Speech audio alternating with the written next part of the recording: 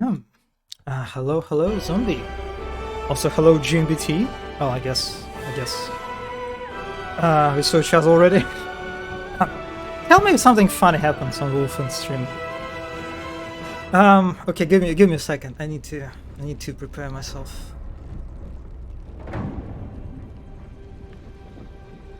The unfortunate thing is, if I alt tab the game, I think it will.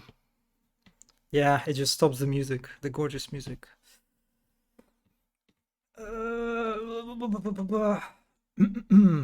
Wow, can't be helped.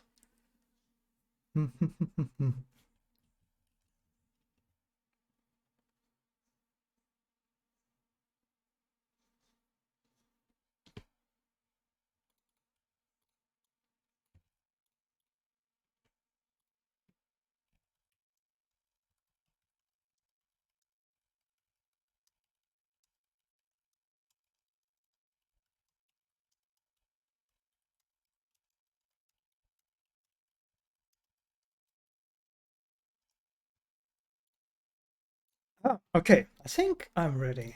I'm ready to start. Actually, maybe not yet. Give me a second.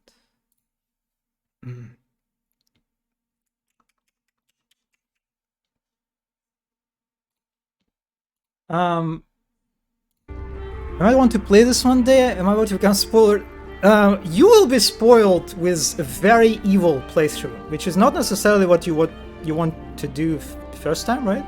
But it will be spoilery, yeah. So if you don't want to get spoiled, so probably not a good stream for this case. But yeah, that's I finished this game. Actually, I think it's a bit loud, right?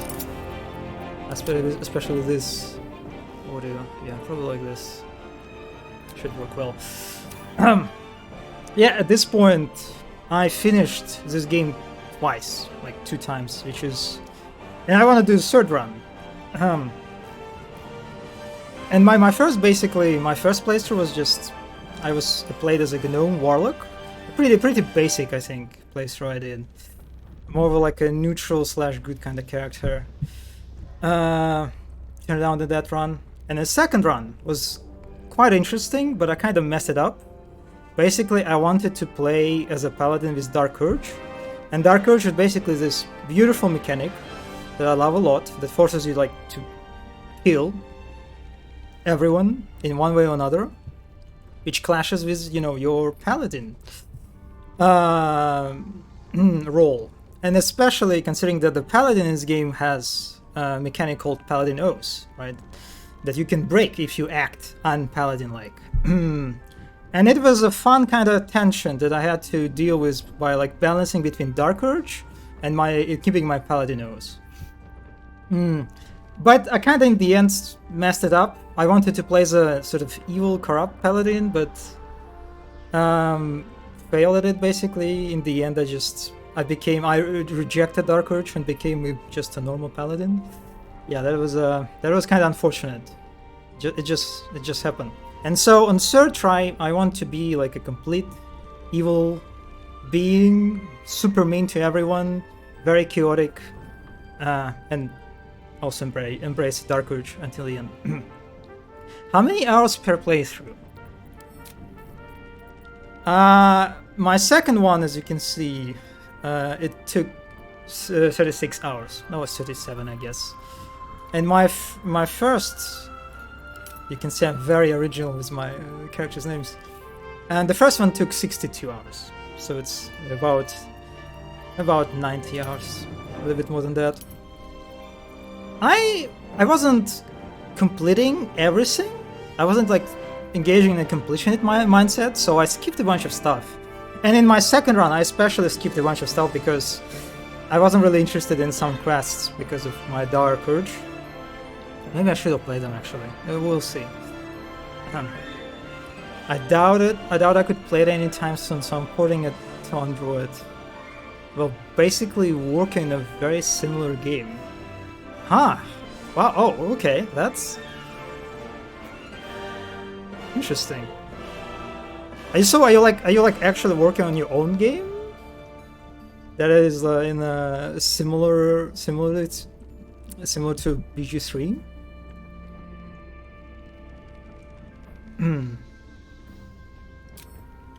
Anyway, let's just scroll through the character creation. I'm really not sure which one. So I want to do some level design analysis, right? As I usually do. And in case of Baldur's Gate 3, I think if we're talking about this game level design, it's first and foremost encounter design, right? And if I want to showcase encounters, I kind of feel like I need to play it balanced. Even so, I actually suck at this game. I'm bad at combat in this one. I had to finish my second round on Explorer because I just I kind of couldn't just get bothered. I'm learning Godot today. I've been a Unity dev for 14. Oh, I'm sorry. Yeah, the Unity. It is, man. It is rough. I feel like because of all the backlash, they have to backtrack this decision. They have to, because like it's just yeah, this is a tough one. I'm Unreal guy. I'm Unreal Andy, so I don't know if Godot is something I would try to tackle.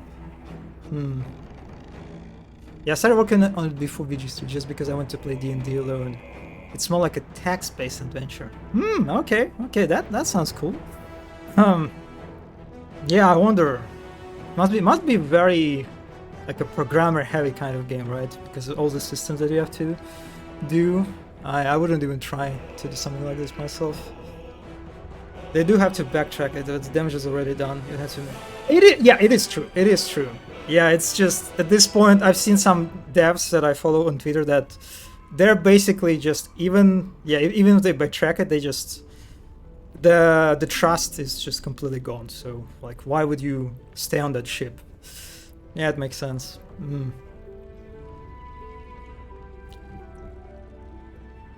It reminds me, like, and I think GMTK, right, the Game Maker's Toolkit channel, he organizes these giant GMTK jams, right? Probably one of the biggest jams out there.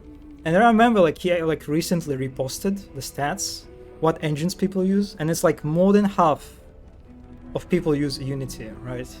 And I think the submissions, the amount of games that were submitted for the jam was like around 6,000. It was just, oh boy, yeah, pretty rough.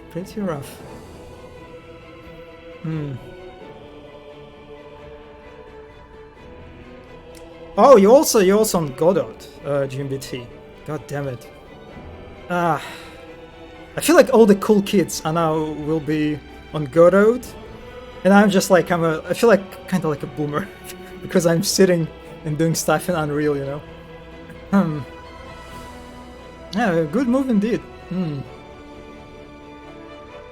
Actually, the funny thing is, I've seen. Actually, I think I've heard it before, but there is some mad people that I respect greatly. They connected Trench Broom, an editor where you can do blockouts or like just maps for Quake, right? They connected it to Godot somehow, so you can literally just block out like maps in Trench Broom and then just like export it into Godot. Do I pronounce it right? Godot? I don't know. Well, that was I was kind of jealous when I look at this. I'm like, damn, that sounds like a very nice pipeline for a level designer. Yeah. Yeah, I wonder, will Godot will become like the next Unity because of this?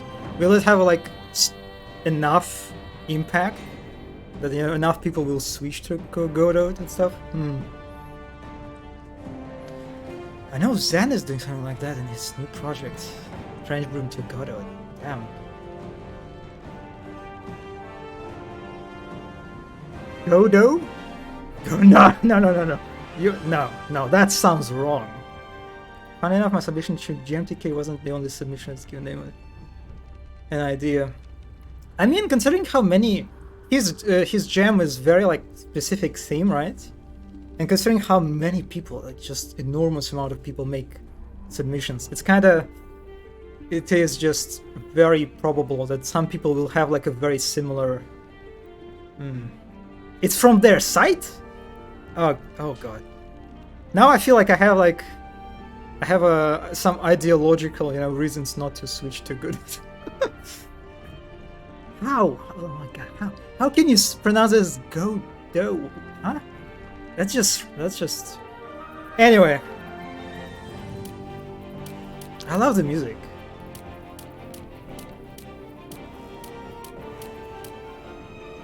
But why me?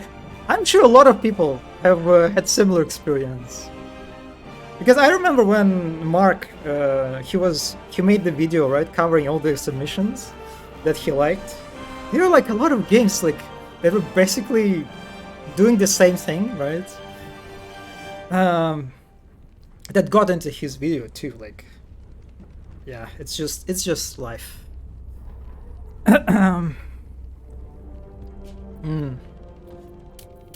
Alright, let's go with balanced. This game thankfully allows you to switch difficulty anytime you want. And I feel like at a certain point I will maybe switch to Explorer. We'll see how tough it will be.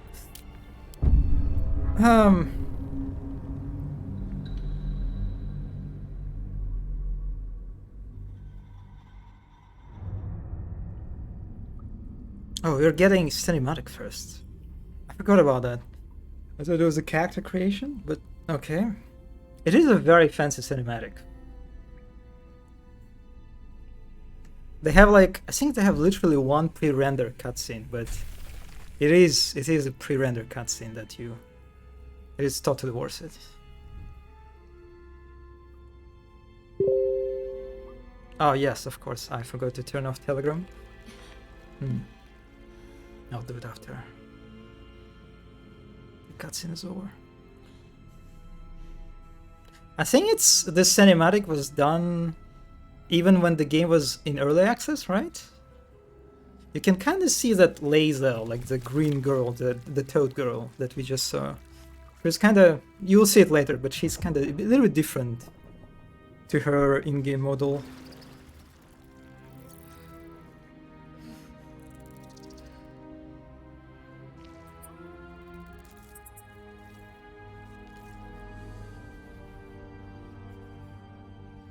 I remember seeing this a very long time ago before you even.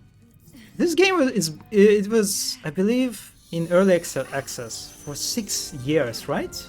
Something like this. But yeah, it's been a long time.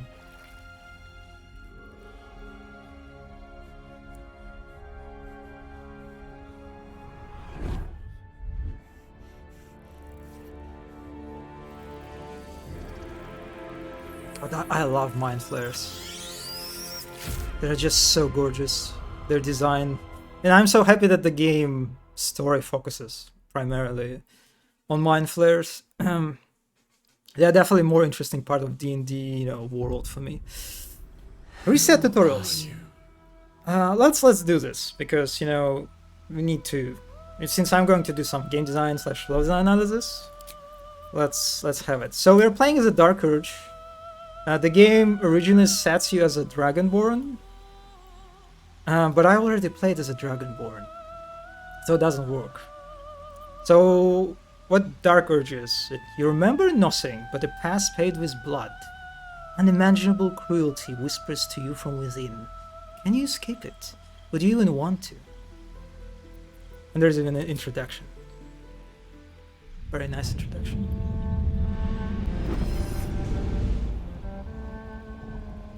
My rancid blood whispers to me, kill, kill, and kill again. My ruined body yearns to reap death in this world. And when this foul urge calls, it possesses my whole being. Injured, beyond repair. I know nothing besides this. I must resist the dark urge, lest it consume my mind. I must discover who I was and what happened to me before my twitching knife hand writes a tragedy in blood. Somehow, it's expecting you to have a normal man's voice. The voices that this game has for Dragonborns, or like for all characters, they awkwardly mesh, with... Holy shit, my avatar is just lagging. I wonder what is going on. Is it?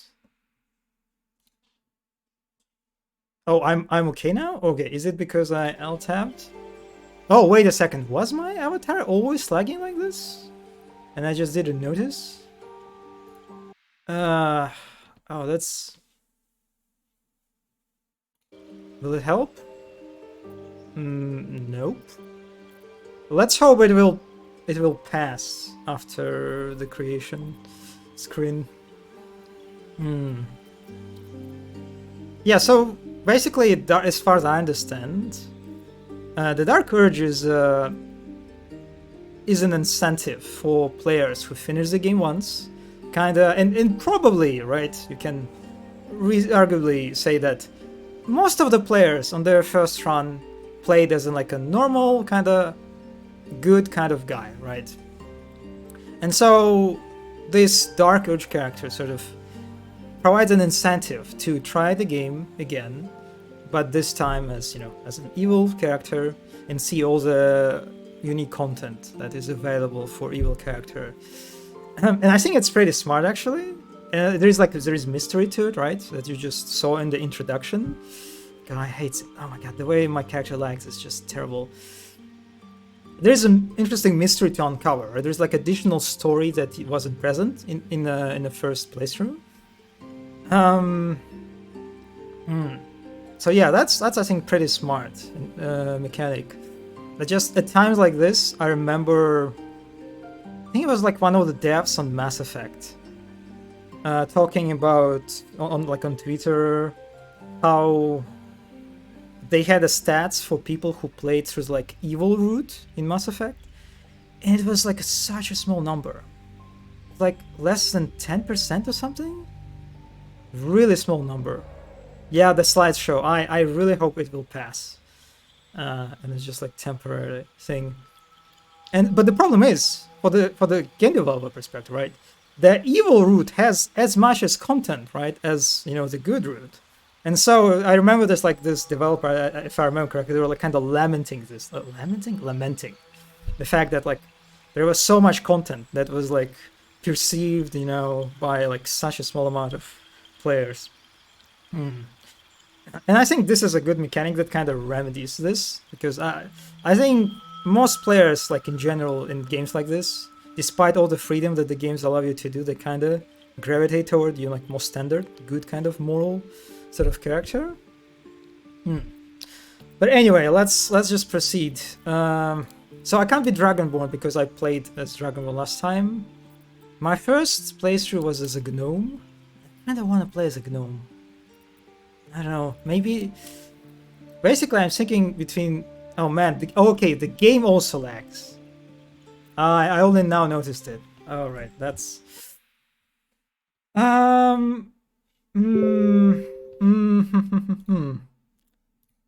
Yeah, this is kind of rough. Let me check.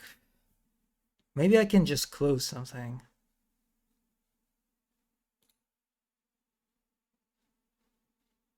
I think it's just Baldur's Gate. It's just kind of taxing on the system. Well, yeah, okay, let's just move through this. I like tieflings because that's a problem of unequal choice value also. It doesn't relate to this game, I think. What do you mean by unequal choice value? You mean like that it's just that in Mass Effect it's discouraged, like to act as a villain character, sort of? I hate the way that in the new Elder Scrolls games you can do absolutely everything in the same playthrough. Yeah, I've seen people disliking this aspect. Not sure how I feel about it. I understand this kind of desire. Again, it feels like a very developer-driven, kind of motivation of just letting players to see every content because you worked hard on it. But yeah, I think I would rather do something like Baldur's Gate 3 does, for example, like with Dark Urge.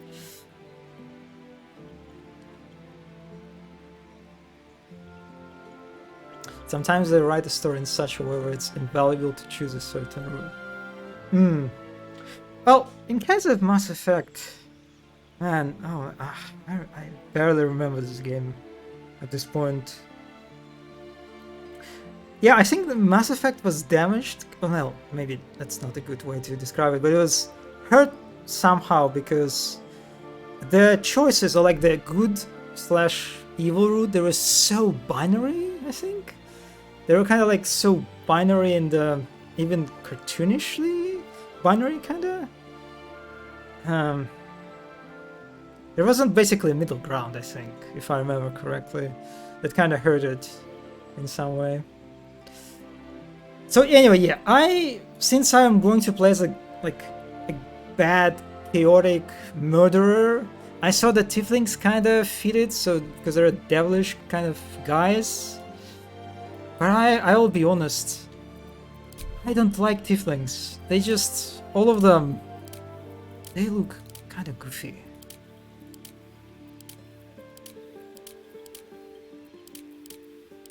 So if I go for the goofy route, I might as well just play as a gnome. Oh, no.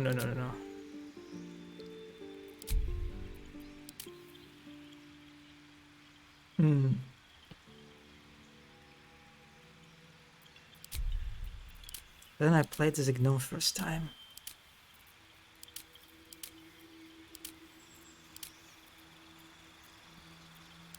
It is tough. Would you consider using mods? I'm actually using mods. I'm using the mods that allow you to double USD move around, and also like camera tweaks that allow you to get your camera closer. than by default. You said you like tieflings. I mean, I like them as a race in general, but I'm not sure I like a tiefling for the kind of character I'm going through. Whatever, I'll go with tiefling. Because I don't want to repeat myself. I played as a gnome. Who is the most evil guy here? This one, maybe?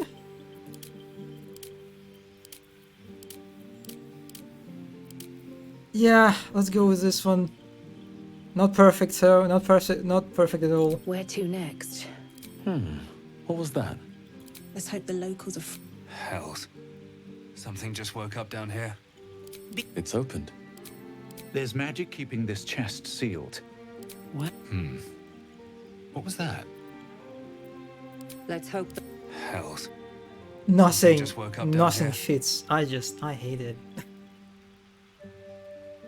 There might be better looking tiefling, but I'm fine. I don't.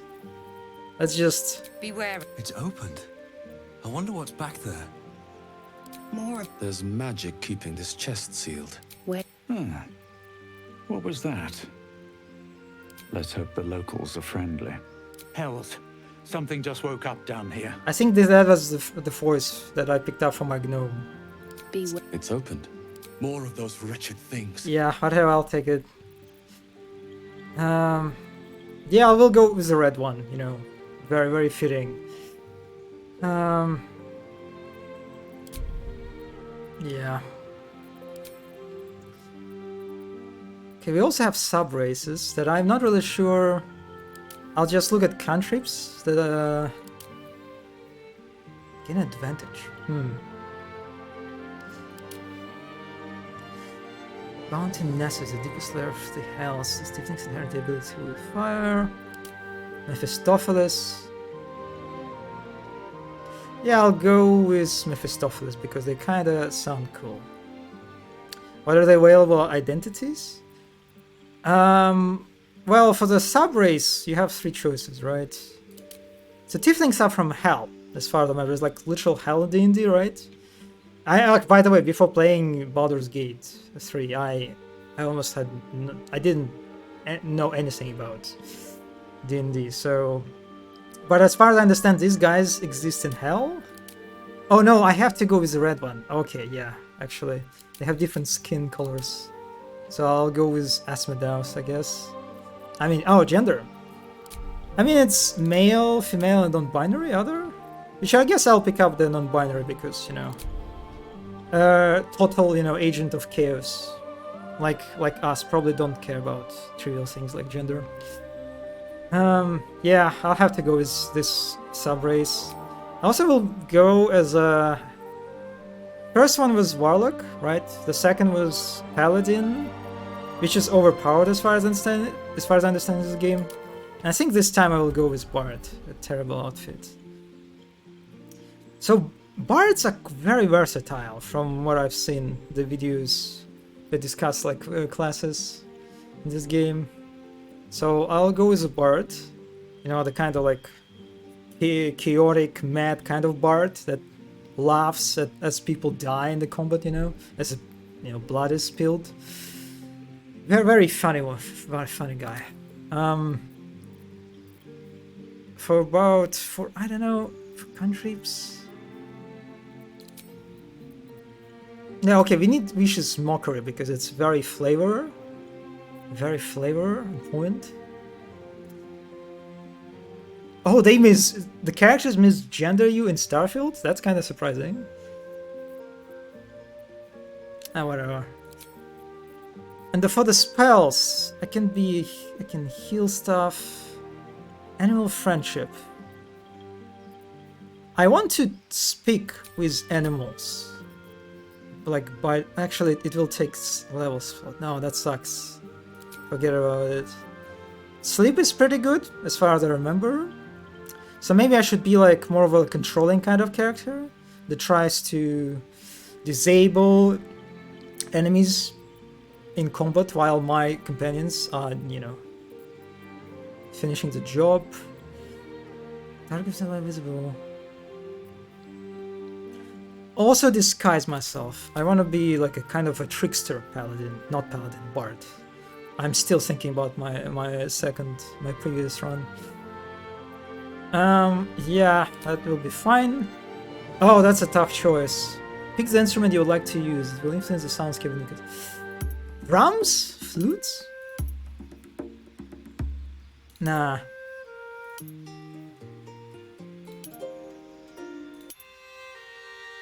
I'll go with violin. Okay, the background, whatever. Yeah, I think we're ready to start. The Dark Urge. What is my... It is such a lame name. Why would you just call yourself a Dark Urge? Hey there, my name is Dark Urge. I saw this today. Someone chose a diplomat background for the character stuff field. And after that they got this thinking like, how do I know I'm not a diplomat? I heard that you get to choose your own. Yes. There is actually very elaborate like genital customization option. Like for example, you can choose whether you're like circumcised or not, which is, you know, I respect. I'll just go with the third tough, you know. I will continue the line. Tough, the third, yeah. The third one. The Dark Urge. No. Oh, we're fine. Oh my god, the lags are over. Good. Okay, the Guardian part. So this game allows you to customize your Guardian, which is an interesting part of this game. That is, I'm not sure how I feel about it, because the Guardian is actually kinda insignificant. You would think that because this game like literally tells you like, oh buddy, customize it, customize this character, right? You would think it will play an important part in your game. Actually it doesn't. The Guardian is...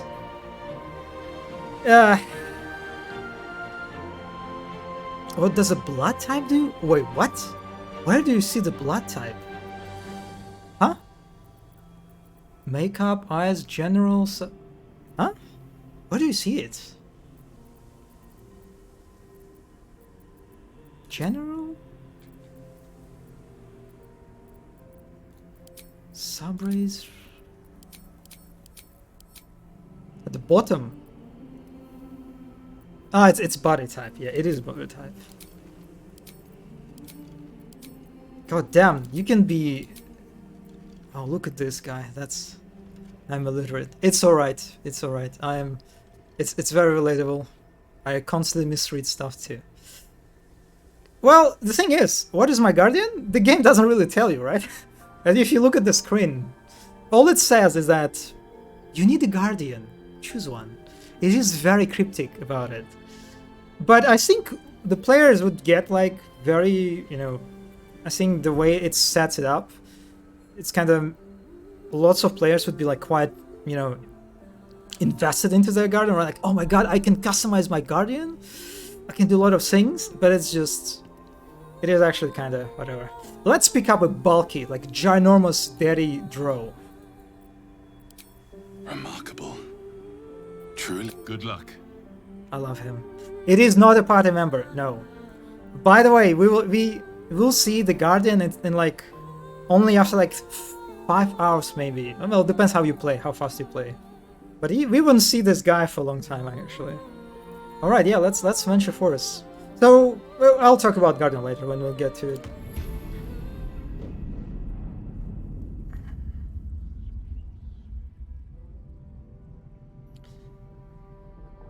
Kind of interesting how they decided to cut this beautiful pre-render cutscene, like in the middle, with the character creation.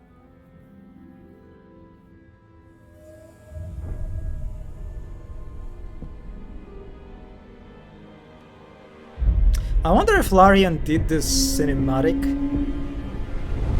you know, by their own resources, or like they contracted like some outside studio.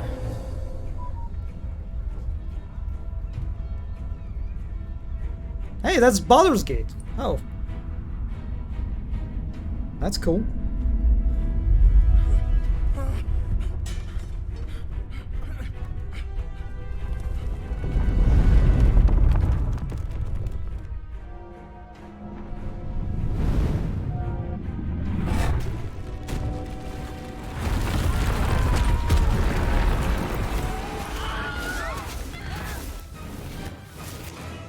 It's interesting, but I don't think we actually see the consequences of this tower collapsing in the game. I think when we arrive in Baldur's Gate, the tower is completely fine. Just like Blizzard or League cinematics must be outsourced. I assume so, yeah. You probably, for stuff like this, for this kind of level of quality, you probably need to outsource it.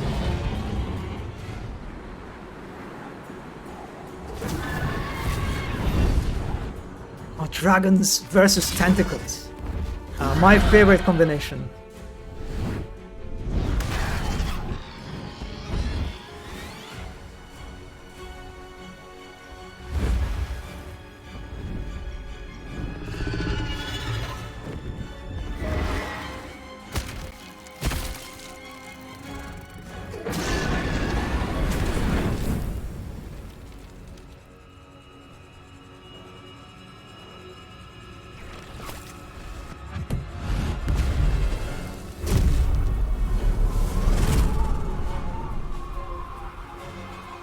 And I wonder what kind of realm is this, or world or whatever.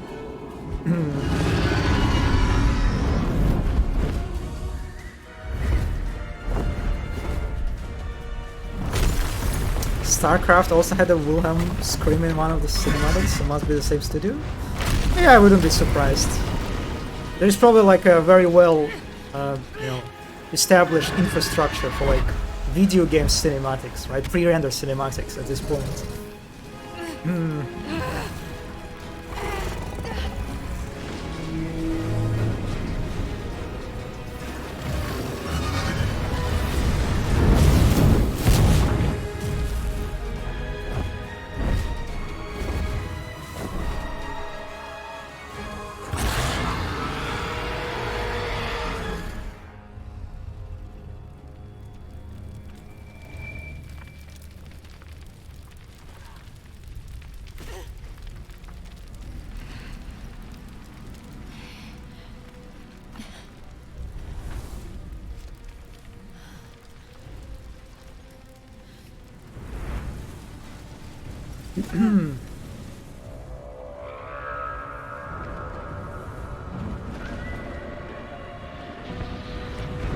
Yeah, now we're in literal hell.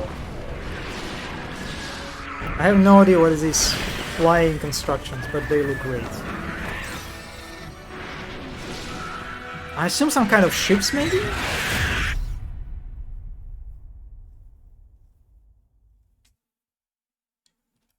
Alright, yeah, that was it. Pretty cool stuff. I like it. I like how it's just... It is very confusing, right? It's so like... So much stuff is happening at the same time. But it is also very captivating. You become invested immediately. It's so interesting. The weird Cthulhu monsters on a squid ship flying away, trying to run away from dragons.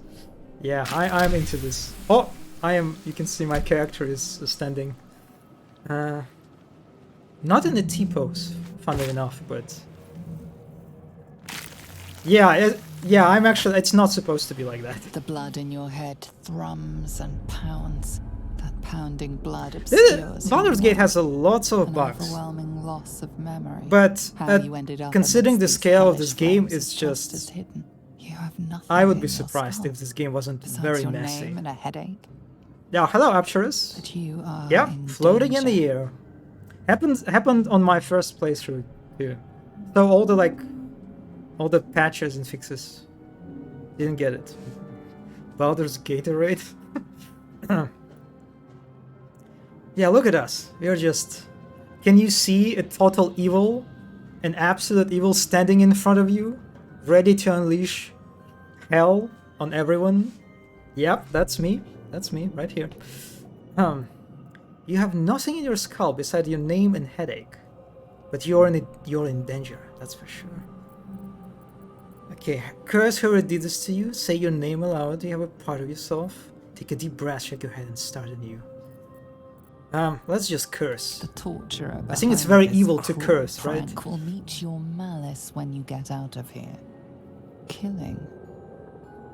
And You're that sounds no like big. your Yes, first that's a good way to idea. describe the impressions. Yeah. Oh, my head.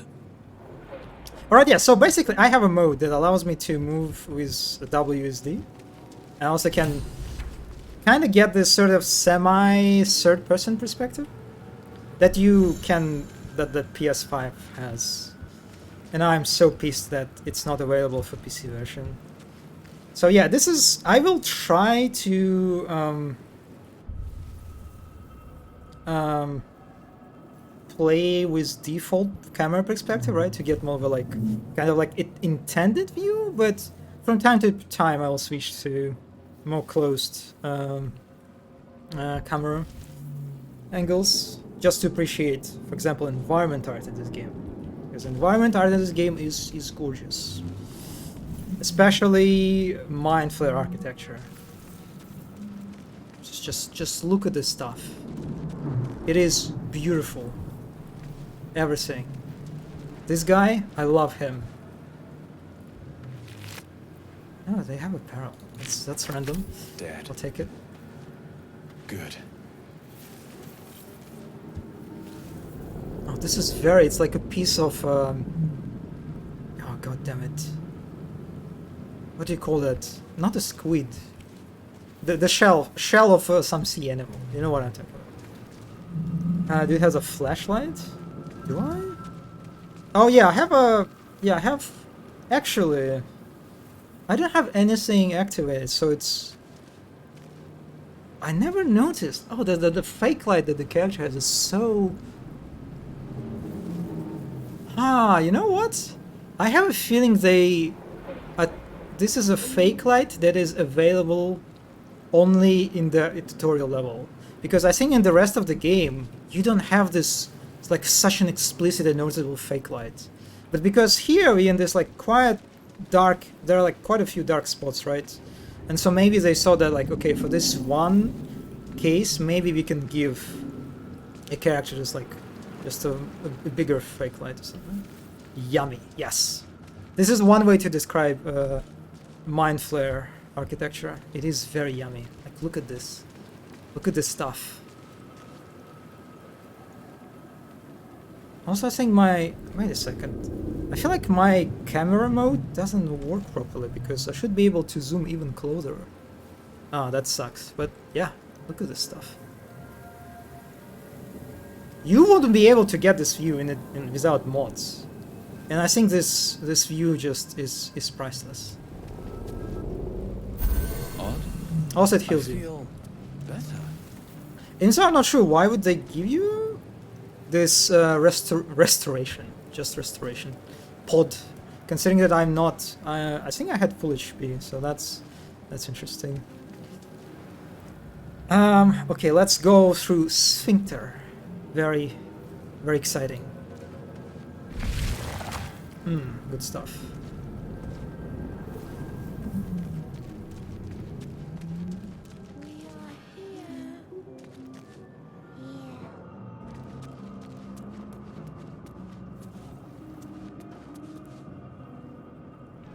It is very, very silent, considering the amount of fire is present. That's kind of weird.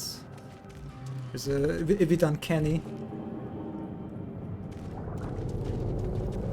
So, this game has a scan mode, sort of, that highlights all interactable objects in the area, which is pretty vital. And I'm not sure this game actually teaches you this mechanic, but it is quite important because this game, like many AAA games, right, that go for this photorealism or very high density environment art approach, they all struggle, right? They all struggle with providing a clearly identifiable, interactable objects, right? Apart from non-interactable objects. And Baldur's Gate definitely suffers from this problem too. Like in this case, I have no idea unless I actually hover all over the objects, right? I have no idea which one is interactable. So this mode is kind of fancy. And I like that 1,000 years of it is humanoid present, pretty history. much. Elves, dwarves, humans, and more. flash behind your eyes. Okay. Vicious chair, that's one way to describe it. It is kind of vicious. Is it a brain? It's like a wall brain? I love this. God, I love this so much. Can't interact. Can I carry it? No.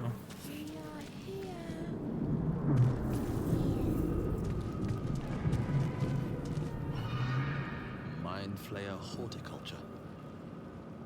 Yeah, looks interesting. Okay.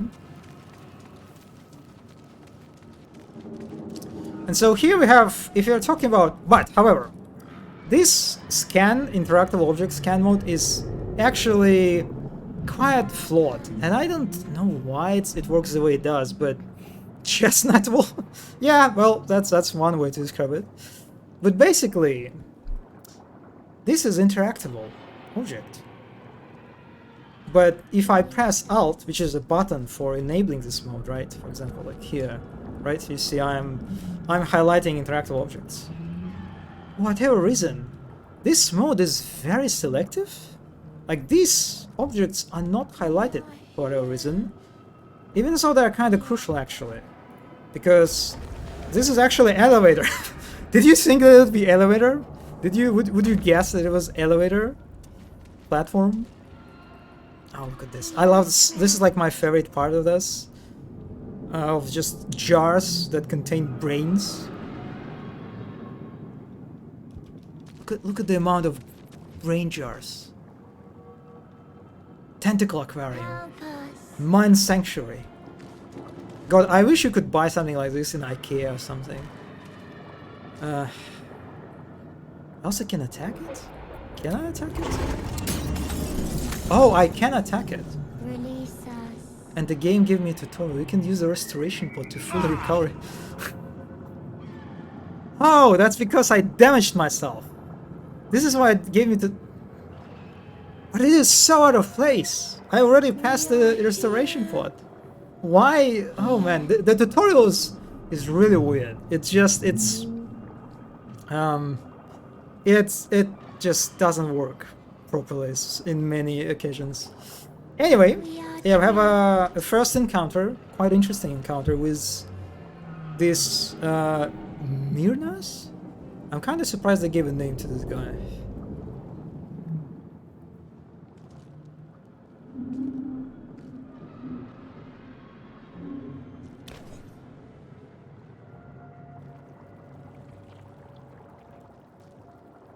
Yes, you've come to save us from this place.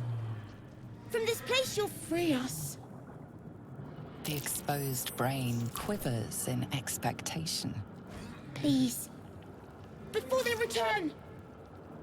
They return. I never like it when you know people's names before talking to them. Yeah, same. It's just, in many occasions, right, especially, it feels like it's quite important narrative information. You just, when you like encounter a very like mysterious character that you, for the first time, and you don't know anything, right, about them. But the game in the UI just literally tells you, oh, their name is Jacob. You're like, okay. Yeah, that's also quite, not a big fan. Alright. Why am I talking to a man or brain? Think of past point of saving. Tell me what to do. You sound afraid. Why? I wonder, should I have like role play? Since I am role playing as this like evil madman, did I have a voice too? Like, I don't know.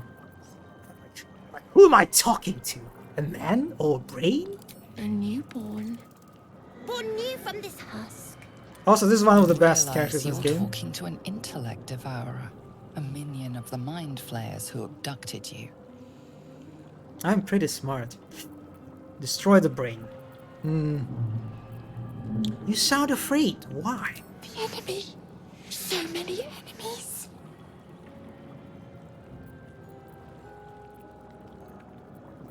Huh.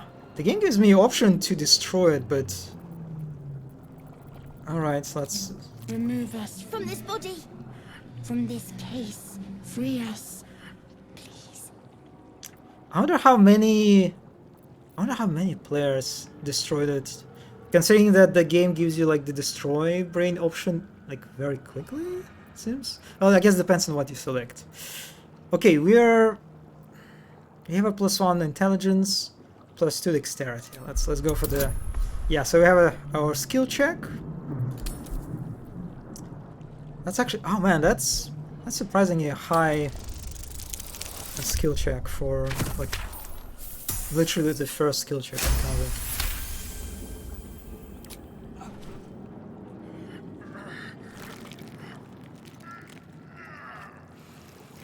The brain lifts from the skull, but you notice an opportunity. You could cripple the strange creature, making it more subservient should it prove a threat. Your fingers twitch with the desire to rip its tender, moist Yeah, that's how meat Dark to Urge is speaking right shreds. now. Yeah, let's do it. Imagine a brain full of holes. A brain like yours. Yeah, we're doing this. Wait, what is this advantage? Split splatter? That's a very funny one. Okay.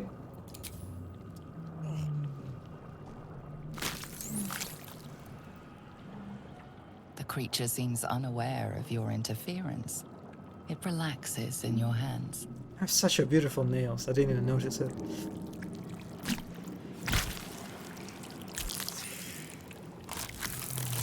Yeah, well, I was quite surprised when I saw how this freedom is creature ours, looks like friend. actually. The creature pauses, listening. Something behind your eyes seizes Very in cute recognition. brainy boy.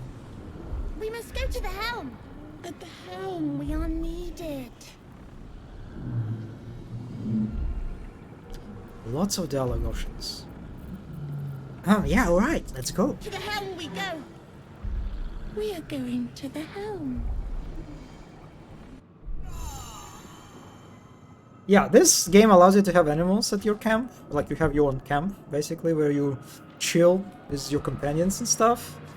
And you can have animals, like dogs and all birds. But unfortunately not this pretty guy. Which is definitely a mistake. Yeah, this is our first companion. Yeah, quite interesting if Larian will release like stats of specific choices that players made. And how many players like managed to save this guy. Swift as my feet can carry me. Here we have a nice, beautiful vista of the hell. This game is very stingy with its vistas. And I mean, it makes sense in many ways because of its camera perspective. It's kind of hard to get views like this, right? When you're, for the most time, you're looking from the top-down perspective. And it's also a dynamic vista. Which is probably... I think this is the only vista like that in the whole game. You can already see it's repeating itself. Yeah, this whatever this thing is. But at the same time, I don't think I'm supposed to look at it like this, right? I think this is my... Yeah, this is how I'm supposed to perceive it. And in this case... Do I even see that thing?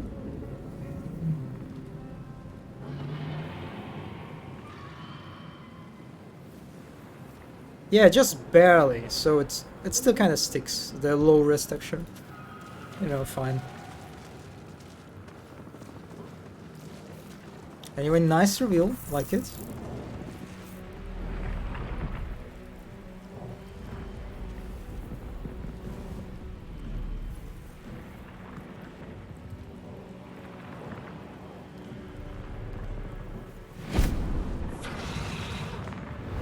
Oh, that sync with the dragon. Abomination.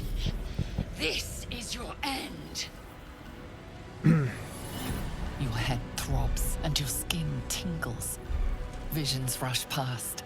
A dragon's wing, a silver sword, and a flash of your face seen through the strange woman's eyes. Ugh. My head. What is this? Ugh. Skvar, you are no thrall. Vlaakith blesses me this day. Together, we might survive.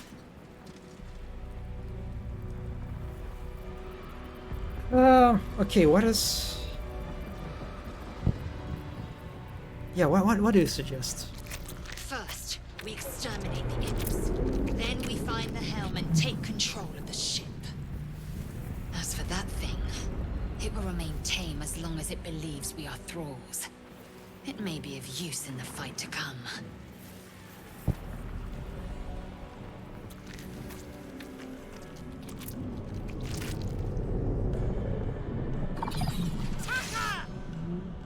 I also wonder what was like the reasoning behind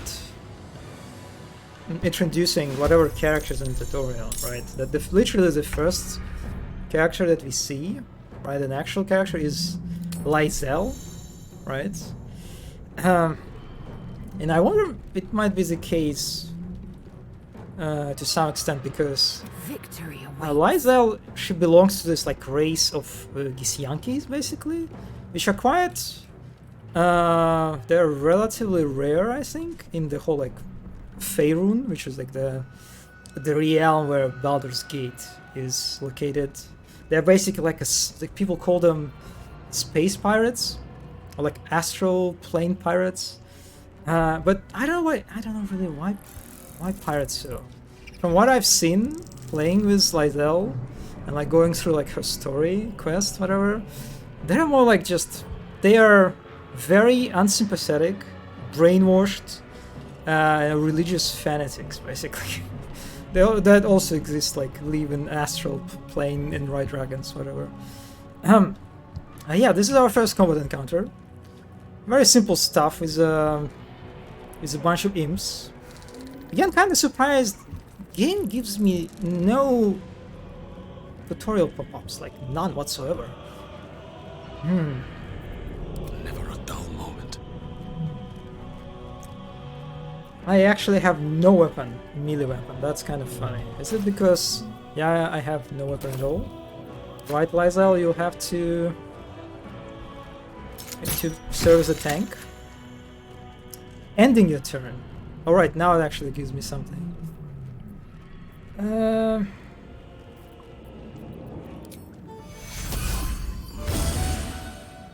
Oh, it has... when I heal, it has like this unique bard animation. That's cute. I also can perform.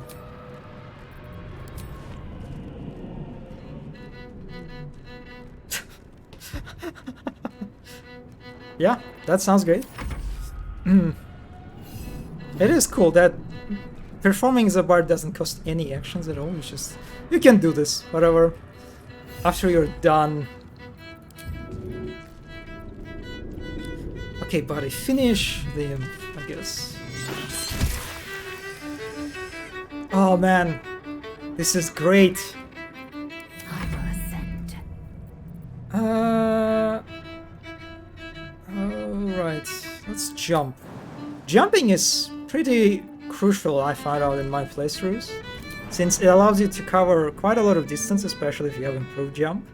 But then, it doesn't actually cost you any like movement. So you can jump and then approach this guy and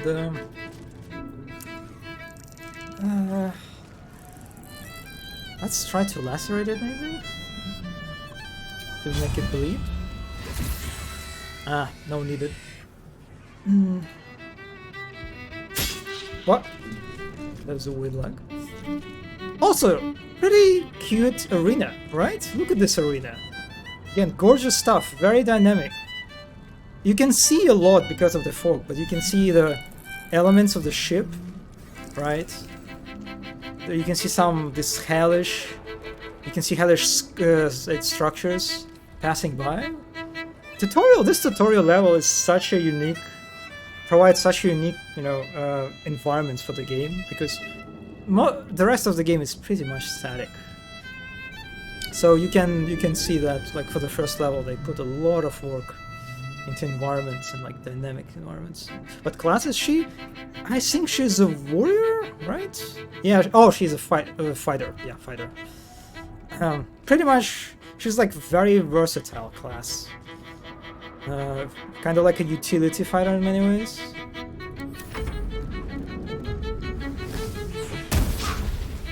Right, these guys can throw fireballs.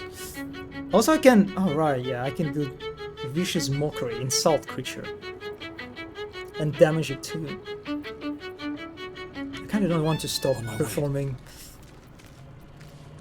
Can I? 65.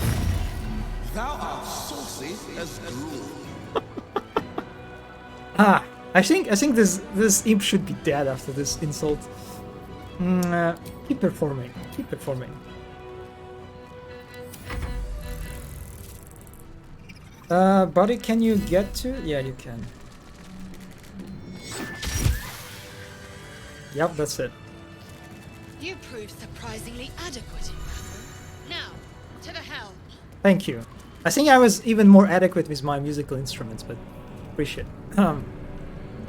Yeah, just look at these holes and like, God, this is some AAA stuff Have to keep that we will see once. Oh, the God Rays too. I literally can't see anything, but they are beautiful. Some restoration pods. Makes sense. The game would let us recover. And here we have a dead troll. Did I otherwise, without the interactable, against scan? I would completely skip it. So I don't think there's any point to looting imps.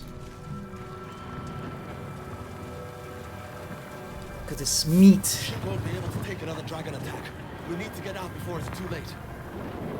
It would be kind of cool if we could see like a dragon, flying past. Actually, we can. Oh my God, there are dragons, but it's so easy to miss them. God damn.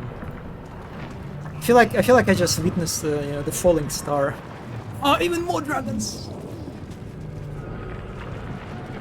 God, man, you can actually see a lot of stuff. God, this is so interesting. Like, because you wouldn't be able to see it in your default camera mode, right? But with this, you can see the tentacles in the front. You can see there's so much actually. Well, you can see actually the environment is popping into existence. A bit awkwardly, but yeah, whatever. Yeah, like that. God, this is beautiful. Unfortunately, this game doesn't explore hell that much. But anyway, yeah. I'm happy that I have this mode installed, that we can actually take a sneak peek, at some environments that are not supposed to.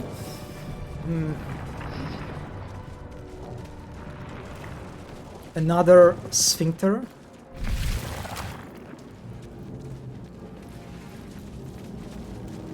Cave machinery. I can make no sense of it. I can make sense of it. And here again we have... This is pretty important. But none of these things highlighted for some reason. Yeah, it can be quite frustrating sometimes. Also, why am... Oh, I was... Oh, I never actually noticed it, but... You see, if I am... I try to... Oh my god, it's such a subtle distance. But if I, ask my character walk a short distance, it will just walk. But if the distance is, relatively long, it will start running. Ah. I guess it kind of makes sense, because if I would just... The running animation would look probably a little bit awkward, right? But now my character is walking, on such a short distances, probably. Yeah. Anyway, let's pretend I didn't notice any of these. And instead, we have this pod. The Mind Flayer pod. I wonder if they put the like this Nautiloid tank to kind of like attract players' attention even further to this pod because it's so bright. Yeah, let's interact with it. You! Get me out of this damn thing! We have no time for stragglers. It is a Shadow Heart, another companion. I'll go look around, there must be somewhere. Actually, let's just look for the hatch. Construction is too alien. Nothing looks familiar. This ship is crashing. Do you intend to die for a stranger? Try that contraption next to the pod. They did something to it when they sealed me in. Hurry! Please! Well, it is funny, yeah, you see this, right? Inconsistency, like this control panel, whatever it is. Touch. I just love this. Oh, they just call it touch. Yeah, this is just touch. The console appears dormant. Appears dormant. Wow, that's yeah, look for a switch. The mechanisms are completely unrecognizable at first, but then you spy an empty socket. I can hear it. The console remains dormant. Also, it was a kick. It wasn't a hit, right? That is weird. The funny thing is, if you are intelligent enough, I think. Power this thing. I don't remember what exactly was a skill check, but you can spot or like understand how the machine works like immediately. My first character, the Gnome Warlock, just realized it like immediately and opened the pod. But for the most players, I think you need to explore. Just like this next room. Here goes nothing. Oh, another intellect devourer, newborn. Oh, you're such a cutie. Have a key. Inventory containers. How many hosts of these gay infected? Oh yeah, one thing that is I actually like inventory management. This game just sucks a lot. I hate it. I like in many cases I'm just my inventory turns into just like a total trash bag, a mess of things that but for example, keys. They're like a bunch of pouches, keychains. Basically, there's like a containers inside of your inventory that would store like keys, for example. Like this keychain will store all my keys, right? So that's pretty handy. Or like all the alchemy items that I have, they will be stored in this pouch. That's pretty handy. This is I like that. So we have another beautiful Dazed pod. woman is trapped inside the pod. She doesn't notice you. God. It is such a sick tentacles. I'm kind of sad they're not moving. Also, I do like the texture. Kind of reminds me of the elephant noise. Is whatever it's called. I forgot. Also can sit here. I hear something. Voices. I do. Kind of like the environmental storytelling here, that there are like 6 chairs, so you can imagine there's like 6 mind flayers just sitting across this room, just appreciating the beauty of this pod. Just like damn.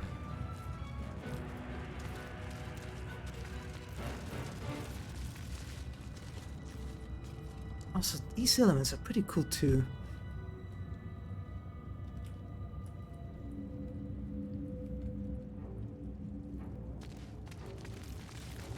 Here we have another push. No, this one is not highlighted. Also, they're weirdly like, that's so differently colored, right? We had the red control panels like this. before. That's just, yeah, that's interesting. As you place your hand on the pod, you hear something. A presence connected to the pod, commanding the person inside to change.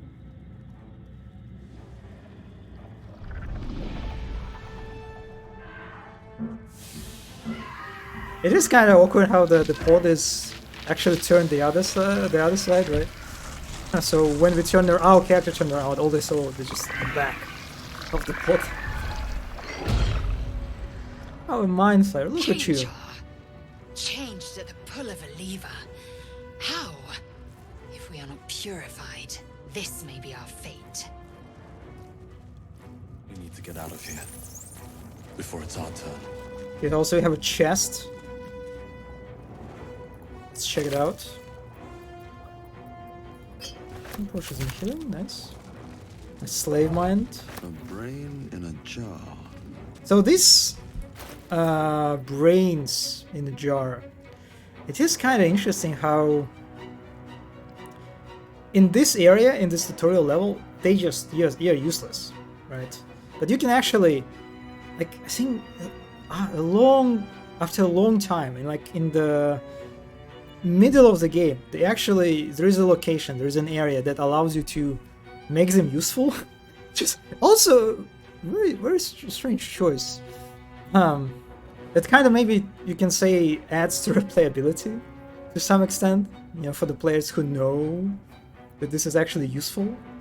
And I will give it to Lae'zel, because she will carry all the brains in the jars. Also, we have this corpse that has Eldritch Rune. This might unlock those controls. Yeah, next that's to the exactly pod. what we need.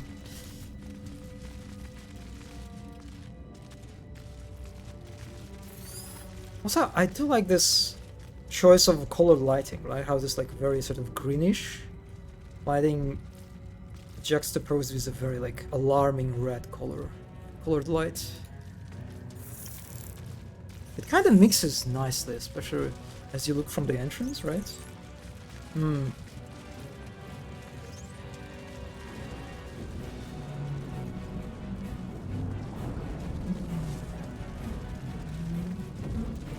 Alright, Shadowheart, let's get you out of The console appears the spot. dormant.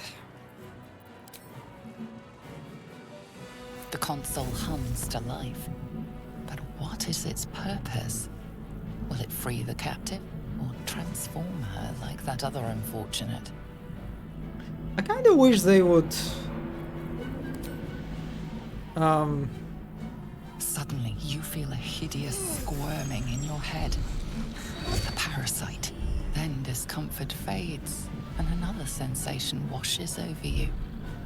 Connection. Authority. It is funny that we can actually fail it.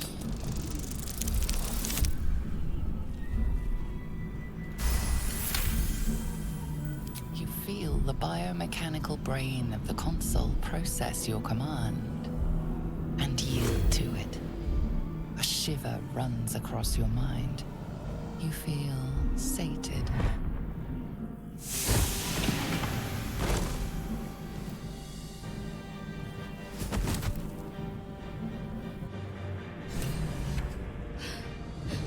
At last. Thought I was done for. Yeah, I wish the interactions with, you know, with Mind Flayer's contraptions were a bit more score-like, you know, when it's like you actually, it's very intimate, right, in the score, and when it's like a lot of interactions in that game, if I remember correctly, it's all about like, they're all penetration based, right? You put your hands inside of, you know, interesting, meaty contraptions, you make various movements, it's all very, very evocative, yeah. And in this case, it's kind of just, it's all very static, right, first and foremost, and it's also like just very distance control kind of. And so it makes sense, I guess, for Mind Flayers, because they're all about telepathy. Mm.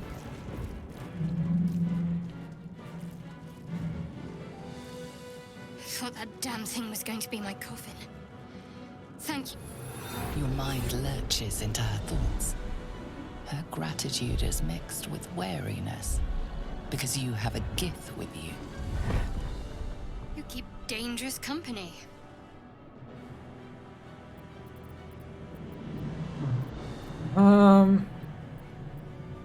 Yeah, dangerous company is exactly what you need in Fair fight. point. Looks like there's plenty of fighting ahead. Let me come with you. We can get off this ship and watch each other's backs along the way. It is kind of funny that I reject her. But that's... Huh. I think that the level is pretty much over. I am kind of afraid that this might lead to her like permanently living. Actually, no, that would be weird. Let's reject her.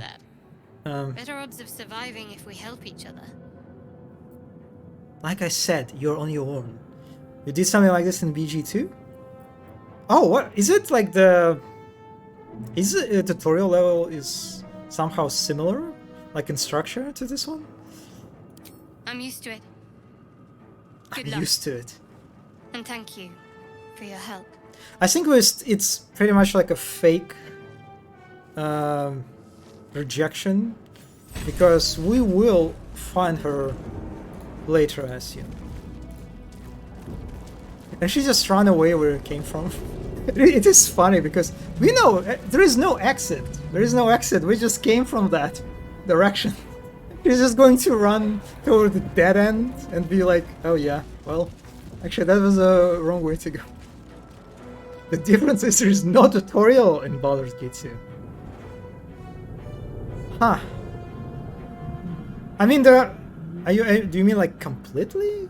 Even like the tutorial pop-ups absent? Wow. When the Baldur's Gate 2 came out? Yeah, here we have another restoration pod. Because we actually could fight in the previous room. I kind of skipped it. The optional fight. And here we have a fire. We're nearing the helm. Once inside, No, that's do as I say. Oh, very, very dominant. Yeah, I wonder if they kind of like... There's like this very specific spot of fire. When I hover over it, you can see that it's called fire. Even so, actually...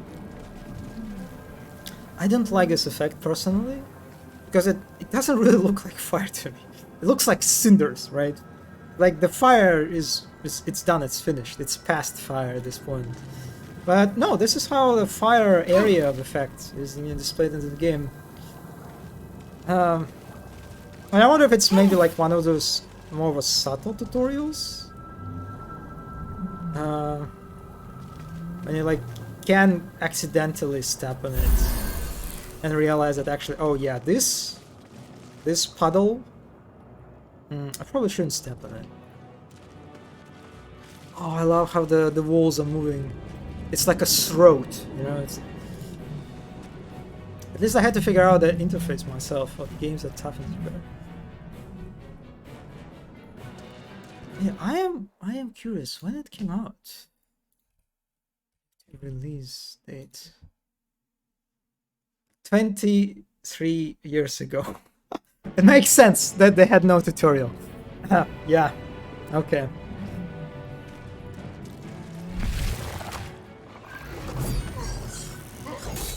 Alright, and here we have a final confrontation, so you can say, in the tutorial. This is hot. I love this. I love how the tentacles like wrap around the head of the devil. Good stuff.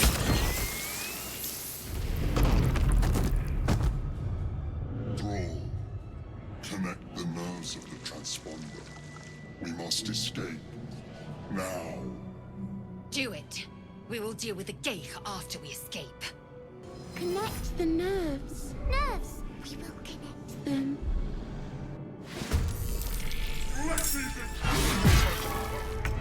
But yeah, this is basically like a game providing us with conditional encounters, you can say, right? That or like encounters that have a timer to them, basically, right? That we have to do something. In this case, we need to reach the end of this room in 15 turns. And I honestly, I've seen a lot of streamers actually just kind of ignoring this objective on the right. They just kind of like, they just start fighting everyone. I mean, I think Wolfen did this. I don't remember if, I don't know, GMBT, if you watched like her first stream. I think another VTubers that I watched, they also just started fighting. Also, both of them were very like unfamiliar with this kind of genre, right? Wolfen is not very savvy, right, in CRPGs, as far as I know. Yeah, I do wonder. Maybe you could do make the. It is pulsating. It is doesn't attract your attention maybe as much. XCOM had something like this. Yeah, that's true actually. Yeah, in terms of like these top-down, turn-based action games, XCOM was my last one, I think.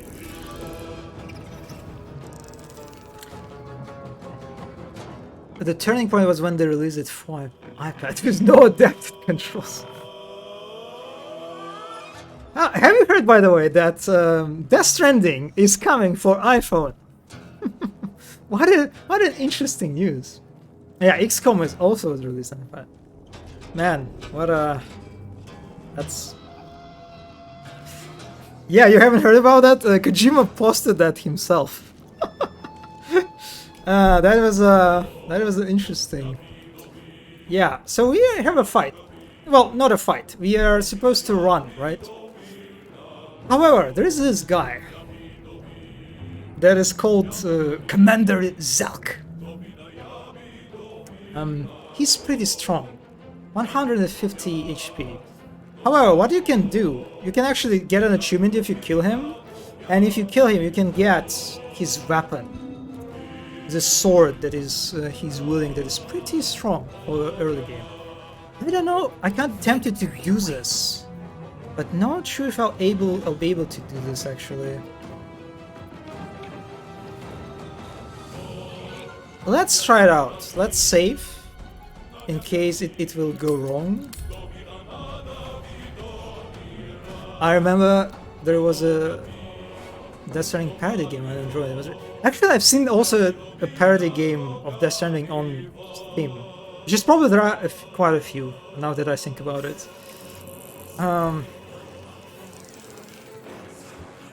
Actually, I think one of my colleagues at Saber, actually they made a Death Stranding parody game, or at least they've made like a prototype. I don't know if they actually made it into a complete game. But anyway, okay, let's kill the guys first. I won't give in.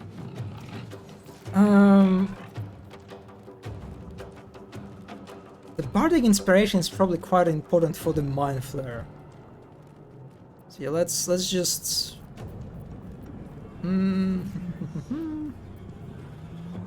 Vicious mockery, maybe?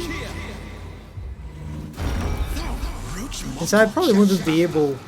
What did it? Oh my god, I missed the insult. Unfortunate. And just let's slowly move toward the guy and start performing. Ah, that's unfortunate. I think it is pretty crucial for the mind flare to like hit him every time. 6 to get 4. Good brainy boy. I love you. Okay, Lizelle, you can finish this imp. God, this is so satisfying. Playing as a bard, it's... Oh, I'm so happy I picked up the class. Good try, imp. Also, I've seen like the another VTuber that I watched playing this game. What they did, they attacked Mind Flare, actually. It was so funny.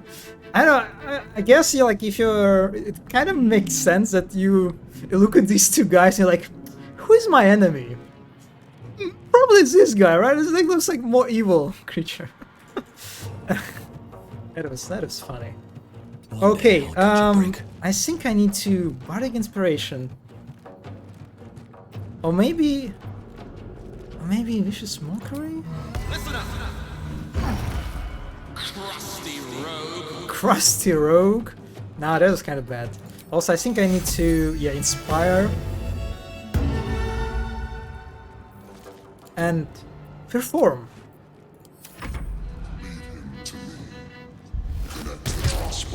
Fuck, that's bad. We must take the transponder.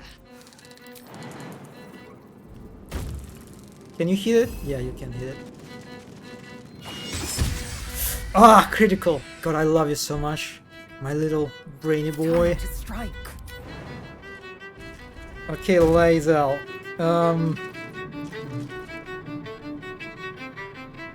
I don't know. So, here's the thing. I finished this game twice. However, I did not engage with so many systems that this game has, or mechanics. Like, for example, I didn't really do much of a stealth, actually, in both of my runs. So I am kinda still, for example, we have this rush attack, but I don't know what off balance does. I can pushing them off balance.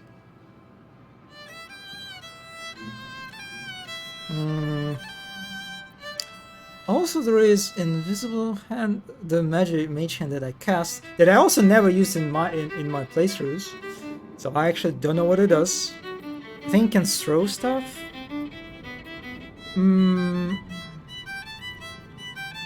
Let's just attack it. Ah, unfortunate. I wasn't paying much attention. Are you on the same side as my player? It is, what do you call it? A temporary alliance. Because we kind of both need to escape hell. Right? We kind of need to... This guy basically holding this devil while we are escaping. Yeah, I don't think I'll be able to kill...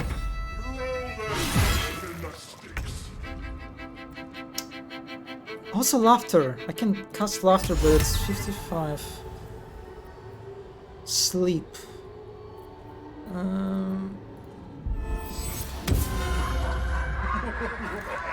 Very well. Also, I love the spell, the hideous laughter, because it's just the voiceovers. It's beautiful.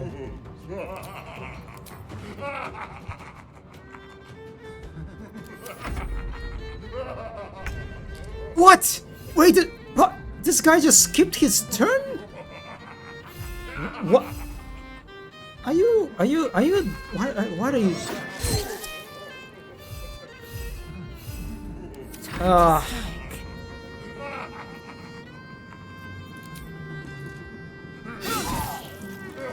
Yeah, we're not doing this.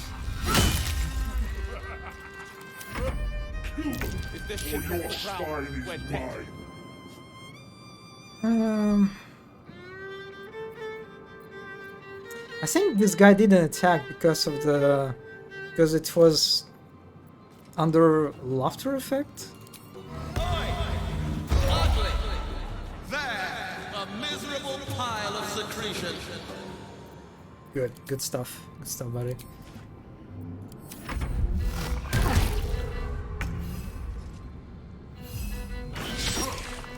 And my companion's missing. I am death. Critical hit 6. Also, Mindfire is dying. Oh, this is tough. Ugly. Thou latrine-loving leper.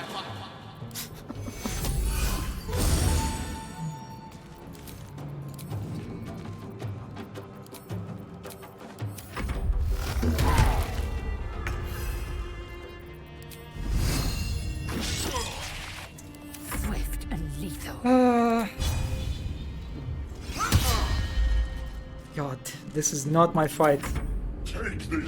And there Cambians. I actually don't know how you pronounce these guys, but they appeared, which means whatever. We are retreating.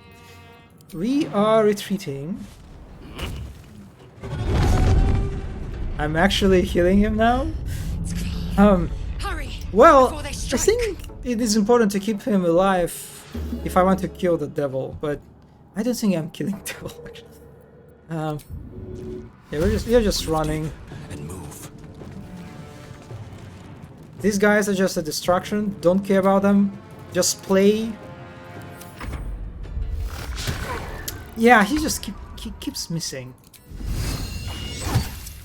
And the damage that I have is so low. I am death. Yeah. Opportunity. This guy will opportunity me. Fuck. Yeah. Still hit. Can't slow down. Alright, this is the end. The Helm's alien transponder. You've made it in time.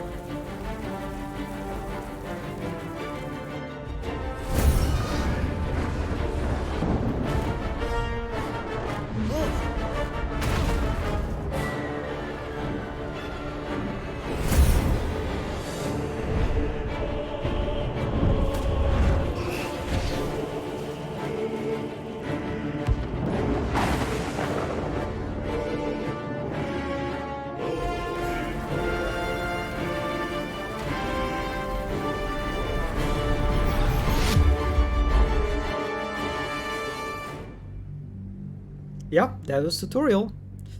Overall, I think it was a pretty good one. Again, I'm a little bit biased here because I just personally prefer when games start by throwing you right into action, like immediately. And this is what this level does, right? I think the tutorialization itself is very questionable. There are a lot of things that I don't really like about it, but the set dressing was great, right? The whole being this, trying to escape this weird mind flayer ship while being attacked by dragons and devils, and you're also in hell, and there's like everything is moving around you, right? It's intense. It's just great. I think it's like a very great way to like captivate players' attention right from the get-go, right? And it did definitely work for me. It's one of those like tutorial levels. I would argue that just they don't feel like tutorials though, They feel like a proper, part of the game, a proper level actually.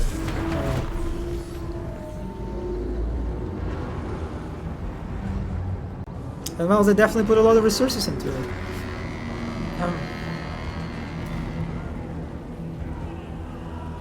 Here are our antagonists that we'll meet very soon. Or rather, in our case, it's our friends. And also goblins.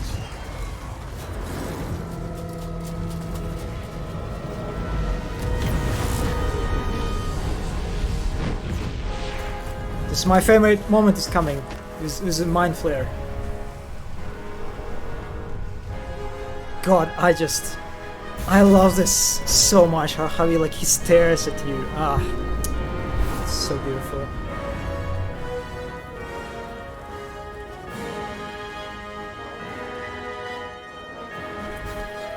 The mischievous laugh. Your mom is so big that that's to make this game it could be one of the lines actually in Wish's mockery skill. Here we are. By the way, we just got saved from getting falling to death by our guardian, but we don't know it yet.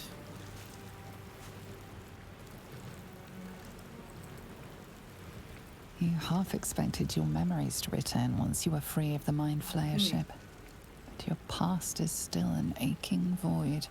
If you don't find a way to remove the tadpole burrowed in your brain soon, your future will be as blank as your past. Your head whispers vengeance. You cannot wait to slice your way forth, seeking whatever wrought this tragedy upon you. True. And here we are, now the game finally opens up and starts properly. I don't know why when I look at these chunks of Nautiloid ship scattered like this, it reminds me of these, like when whales, get gets thrown onto the beach, or like other, you know, dolphins, I don't know, or sharks. I know, but for some reason this is what it reminds me of.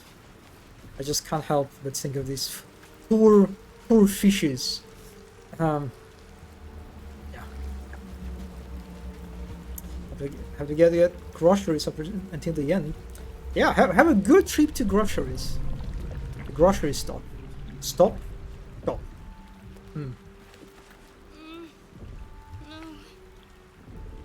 Wait, what? Oh yeah, this is Shadowheart. I didn't notice her first. Drink in the pungent corpse. Since you awoke on the ship, your mind has been cold and empty, but something stirs.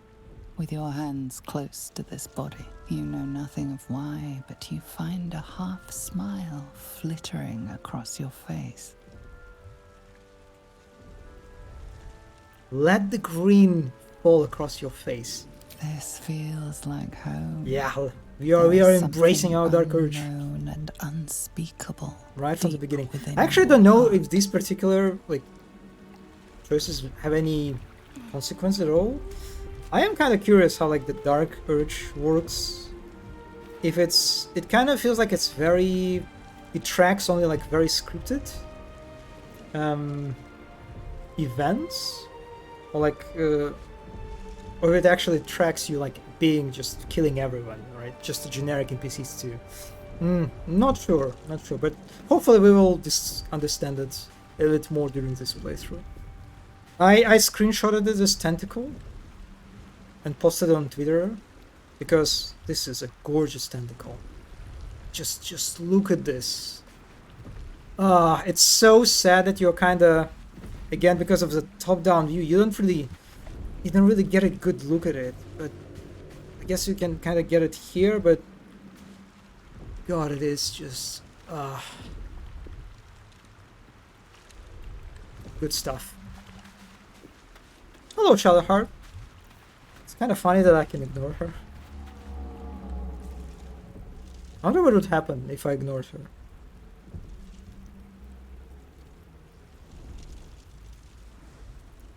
Okay, I'm definitely reaching for artifact. Which probably won't end up well.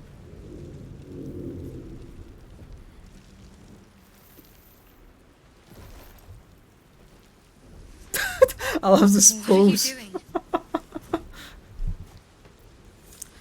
Yeah, so we are going to be mean, right? I will be as mean as possible to everyone and anything, which means in this case, I'll say that I wanted to see if anything worth taking. Well, that's honest of you. Don't do it again.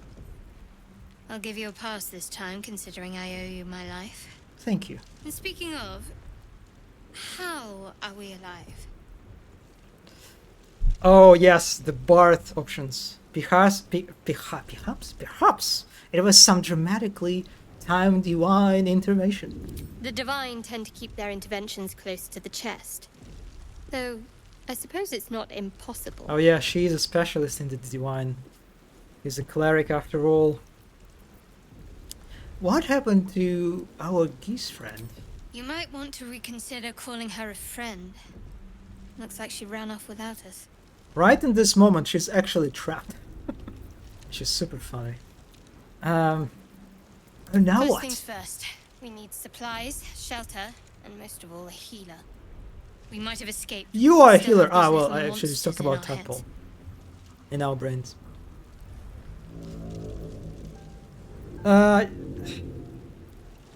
You want to come with me? We need each other, and we both know what's at stake. Can't think of better company. Alright. One thing, just before we go. I wanted to thank you again for freeing me. It would have been all too easy for you to run Shadowheart right past my approved. pod, but you didn't. I'll remember that. Lead the way. Okay. In this case, in regard to like introduction of potential companion characters, it makes sense for Shadowheart to be introduced first because she's a cleric, and clerics are basically healers, right? They don't have to be healers necessarily. They're actually pretty good casters too, like damage casters. But yeah, she's a healer, and I assume most of the players use her primarily for healing. Nice tail. She has a funky haircut, right? But her tail is nice. I will agree. It's like very. Oh my god! I never noticed the chains. God, look at these chains.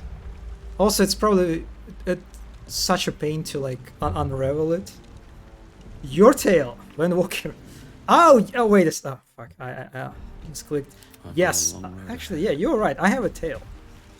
Actually, completely forgot about it. Well, yeah, it is. It is a nice devilish tail. All right. So I don't remember if there's anything behind us.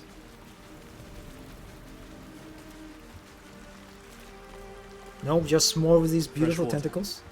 There must be a settlement somewhere nearby. Oh, that was a. Yeah, it was a difficult terrain. I do like how the game shows when your character is affected by difficult terrain, which basically, you know, abstracts your movement. You can see like my legs are literally glowing red.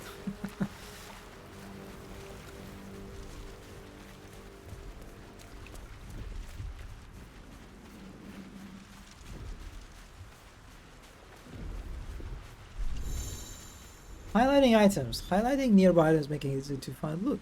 Okay, now it teaches me actually about the highlight mode.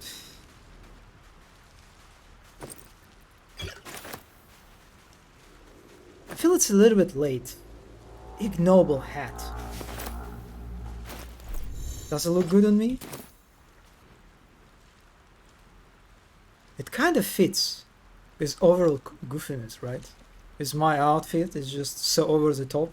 Might as well have this this hat. It has kind of like this beautiful feather, and like the gem. Huh. I'll take it.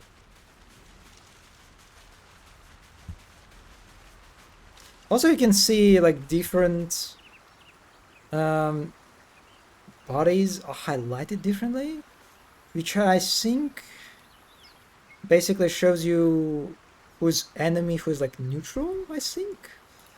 You can see the intellect devourer is highlighted as a red. Even so, I refuse to acknowledge these guys as my enemies. Every walking brainy boy is my friend.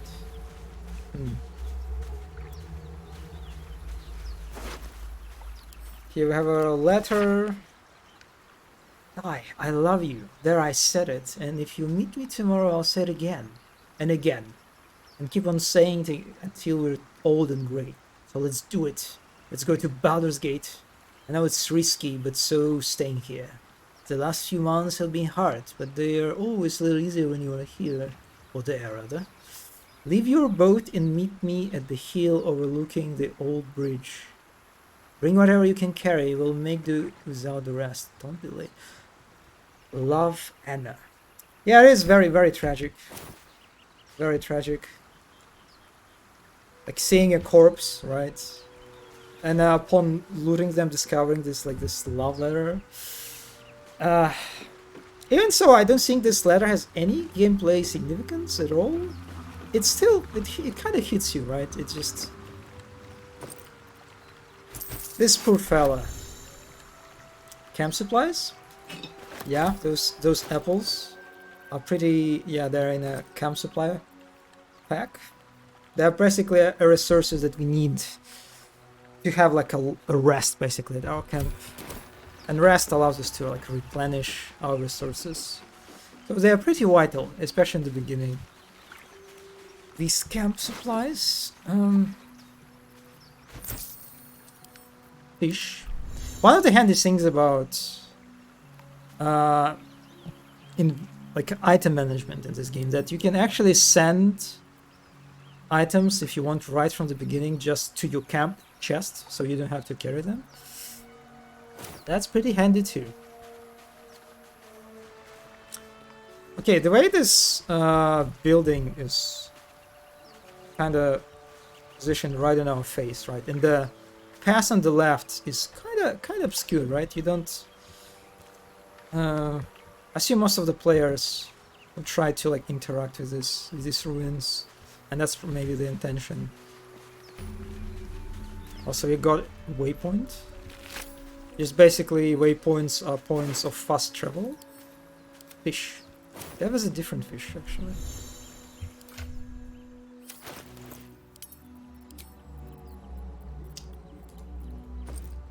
Huh? Wait, oh, I sent it to camp. Silly me. Can't really look at them, but I'll tap. We get that open easily. Maybe there's another entrance. Yeah, so here we have a locked door, which basically introduced the lockpicking tutorial. Unfortunately, we don't have any thief tools, right? Yeah, can't really lockpick it.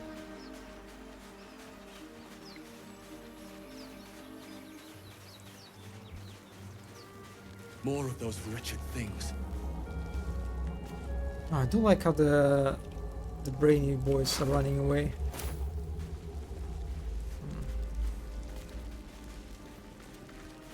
We're back in the ship.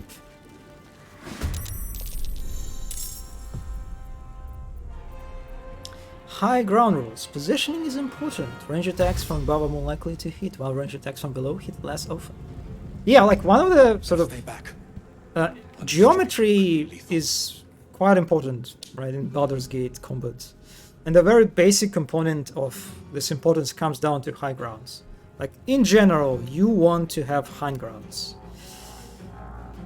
Especially for your range enemies, of course. Or not enemies, your range characters. Wizards, rangers, whatnot. And since my bard guy is kind of a range orc so far, I will definitely will take the high ground. And indeed, you can see how they literally put this a bunch of elevated platforms for you. But that's probably basically what they want to teach you in this encounter. Yeah, let's shoot these guys. Also, kind of interesting how their health is depleted from the beginning. Kind of makes sense flavor-wise too, because they survived the crash of the ship, but still got hit. Okay. Also, Shadowheart is too, I think, is a more of a range, right, character, so... let's get 12. Guiding bolt.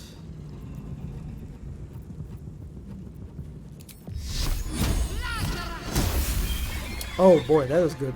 That was pretty good. Also, another thing that I like about this encounter that I noticed during like watching the stream, not the stream, it's how these guys, the Devourers, they're positioned in the beginning of the encounter, like quite far away from you, right? Which means they will be forced probably to use dash in order to reach you, right? And the dash is mechanic that you also can use, right? It's basically an action that allows you to like cover more distance, right? By like spending your actions. And I kind of like this, that you can think about it as sort of like a subtle tutorialization too, right? Because a lot of actions that enemies do in this game are also available for you, right? And dash is one of them. And so whenever, let's say, you're a new player that is unfamiliar with all these abundance of these mechanics, right, that just overwhelm you, you can see these guys using dash and think like, oh, wait a second, can I use it too? Oh, I think I remember like having like noticing that I have dash and mechanic like option too, and so kind of like it's more of like a reinforcement, maybe we can say, of a mechanic. Yeah, I'll jump even higher. That was... I didn't notice that there would be an opportunity attack. Well, the only thing is left for me is to perform. Another guiding bolt? Also, maybe this is better. And also, actually, probably could just use normal firebolt. This guy can potentially kill me. I can't throw the potion well. Okay, that's good.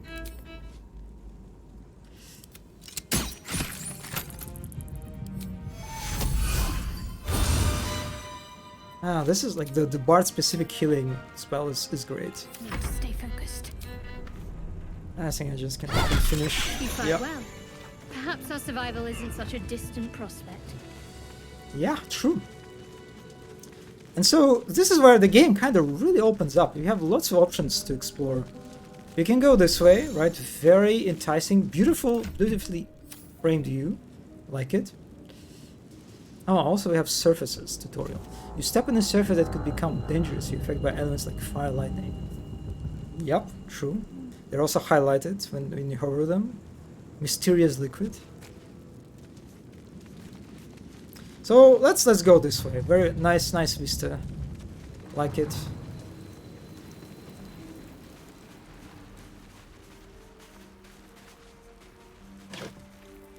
Oh man, again, so annoying how the crates do not highlight. Even so, this crate has thieves' tools. They are quite important actually. This one has violin, but I already have violin. Maybe I can. Oh, I destroyed it. Can use like equip my companions with violin too. Give it a shadow heart. Here are a bunch of grass that we can pick up. That automatically unlocks like an alchemic item that you can craft that I never used. Actually, no, I used it once in my second playthrough to craft one poison, but that's it. And I'll say this, I didn't think this game really, unless maybe you're playing on tactician mode, difficulty mode, this game doesn't really like pushes you into, you know, alchemy kind of engaging with this system, crafting stuff.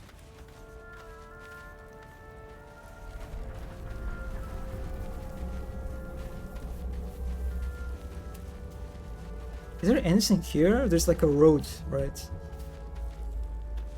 That I would think would lead to some item, but nope. Dodgy baited. Here we have you have another companion. Hurry! I've got one of those brain things cornered. There, in the grass. You can kill it, can't you? Like you killed the others? Oh wow, wait a second. Like kill the others, does it mean Astarion was watching us? Fighting the other brainy boys? Yeah, again, I'm going to be mean as hell, which means I will say, kill it yourself. You look capable enough. I was hoping for a kind soul. Well, not to worry. Oh! I love this cutscene so much. I mean, like how he's so nonchalantly, you know, so nonchalantly, and like casually approaches me from behind, and like, and this, look at these beautiful, his stare, so intense. I have no, I actually suck at strengths. I do like this. I do like how when I like hover over options, right, and the game just tells me if I'm proficient or not at these specific choices, and I'm pretty dexterous being. So let's quickly roll away. Also, we have a guidance, which is like an ability that more like advantage, I guess, bonus that grants Shadow Heart to us. That allows us to roll a dice and add its result to us, to our overall result. We should be alright. Yeah, we are pretty much okay. A bit of on overkill, actually.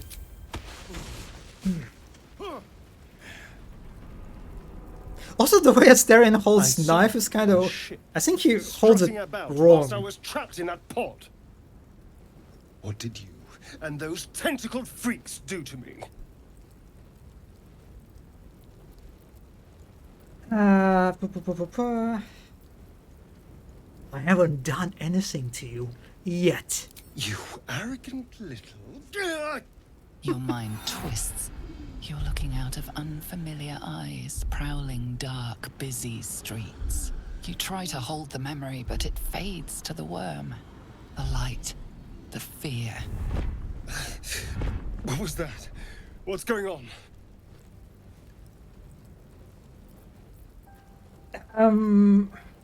Put the knife away and I'll tell you everything. I'm not an idiot. It has to be those tentacled monsters. Something they did. They took you too. I saw it during...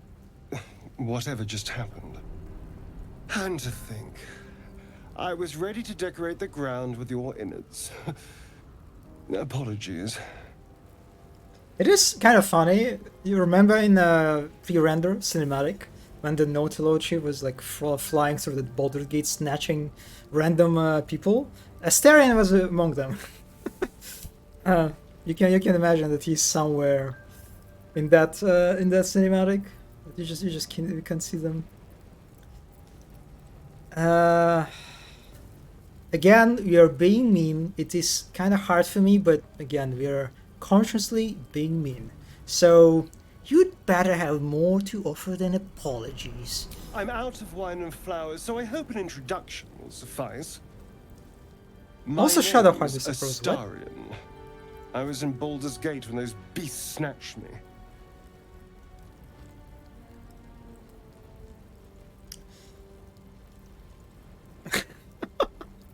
All you need to know is you'd better watch your background. Okay, I don't want to actually antagonize him that much because I think it's very possible to just maybe even fight him here or like prevent him from joining my party. So I'll back off for a You've second. been busy. So, did you learn anything about these worms while wandering the ship? You know as much as I do. I suppose it's not exactly common knowledge. These worms are already affecting me. I can feel it. Now, what to do about it?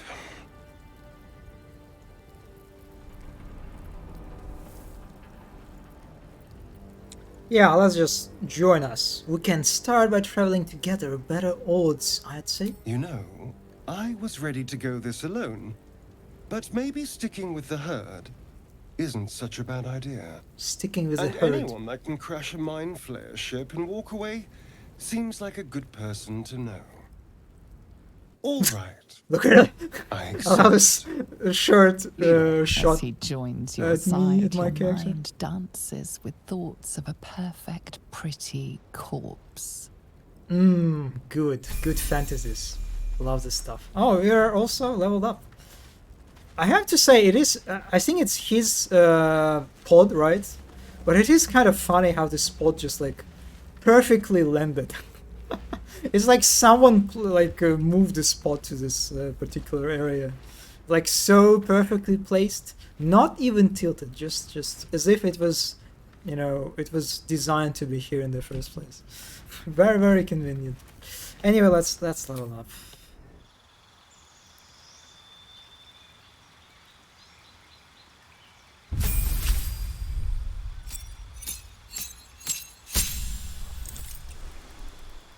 Okay, we have a class features, jack of all trades, you vast experience, make you more likely to succeed in any undertaking.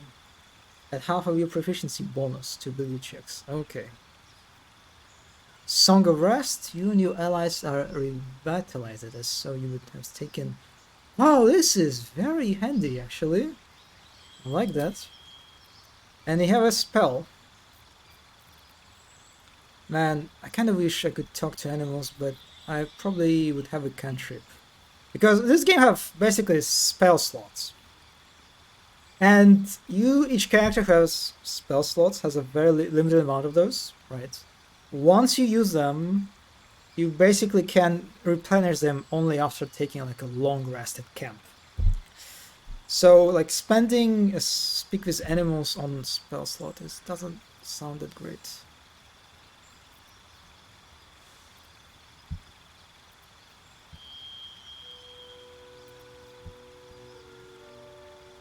Bane. Honestly, I just love the sound of that spell. Bane. Kind of want to do that. Also, maybe frightening. Yeah, frightening sounds better.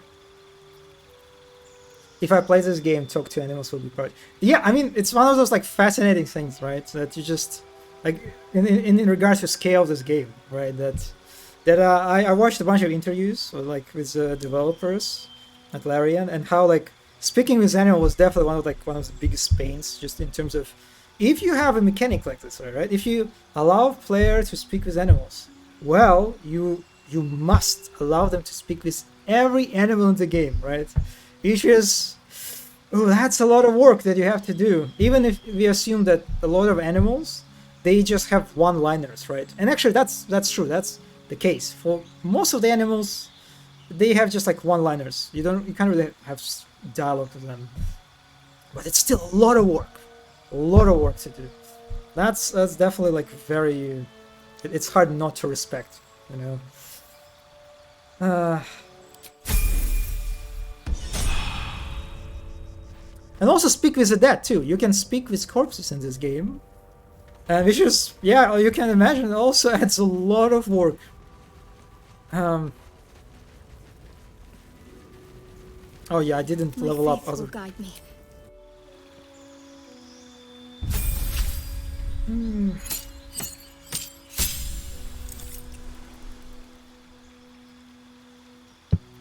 All right. So the thing about clerics, that actually I needed a lot of time to understand how they work.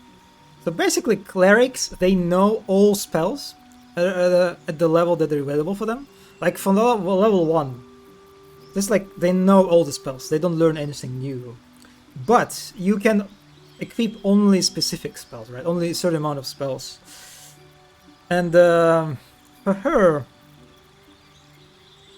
I would like to have a command, because command is very handy at, you know, like disarming enemies, for example. Probably I'd want that. Create a destroy water base surface. Also bless. Actually, I kind of want to bless to just being able to buff their companions. Actually, was I lagging right now? Oh yes, I was lagging. Okay, yeah.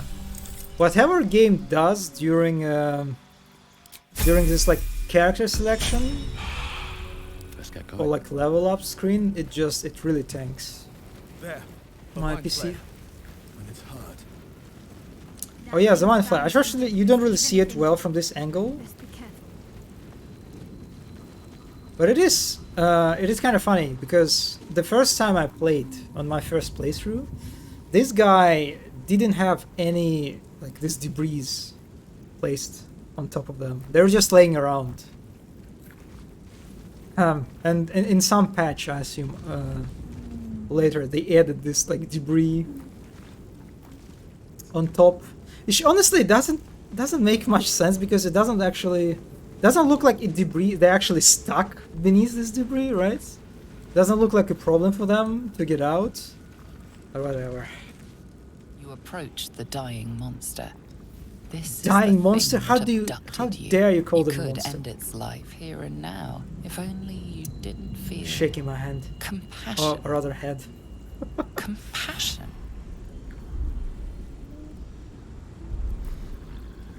Yeah.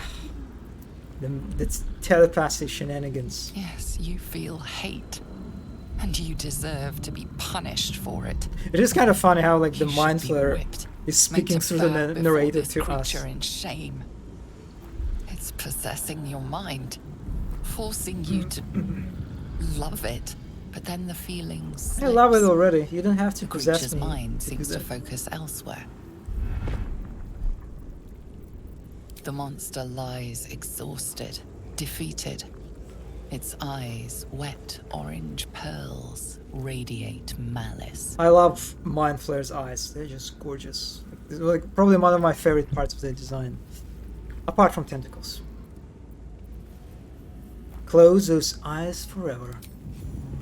Yeah, we have a Dark Urge, so might as well kill it. Even so, it doesn't bring me any joy. Monster. Death is too good for it. We got inspirations.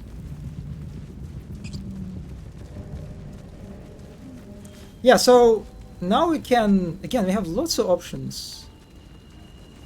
I think we could go like another round where we found a stereo, and we could go like took another route. Here we have a bunch of routes to take. We can on the right, we can go on the right, and found. Oh, There's goblins over there. Worth checking for supplies, maybe. oh yes, supply pack. That's pretty good. And yeah, here we encounter this very interesting portal. What's going on with that room? Looks unstable somehow. Approach the sigil on the stone. Magic glitters and swirls from it erratically, as if malfunctioning. It looks slightly dangerous.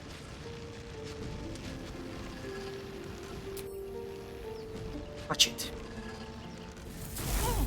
Also, that's probably the last thing that I would do in this scenario, just touching this swirl of energy. A hand? Anyone?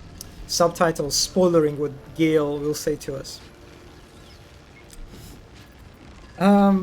Yeah, so here's an example of unique Dark Urge option that we could choose. We can fantasize about hacking off the hand. And one of the things that I love about Dark Urge is because it's like it provides a lot of these very obscure, cryptic choices, options that you can take, and lead to quite unexpected results. Like in this case, I picked up this option in my second playthrough, and here's the thing: if I take it, if I select it, I will just kill Gale. I'll just rip his hand off, and I assume he will be trapped in the portal forever or something. Yeah, that's this is pretty serious consequence. Losing a powerful wizard companion, and at such an early stage. Literally, Gale wouldn't even get an introduction, right, in this case. Which is, I do like it. I like how, like, harsh the consequence can be. Even so, they're mitigated by saves coming, right? So it's... The Dark Urge is not actually very punishing in the end, because you can load the previous save file if you want. So in this case, I won't select it, because I think I want Gale in my party. What I'll do instead is I'll stop hand, because it's the funniest option. Ow. Perhaps I should have clarified? Hmm? A helping hand? Anyone? And here we have a Bard Charisma. Tune yourself to the sigil's magic, then beat it to quiet down. Oh, this is interesting. Let's do this.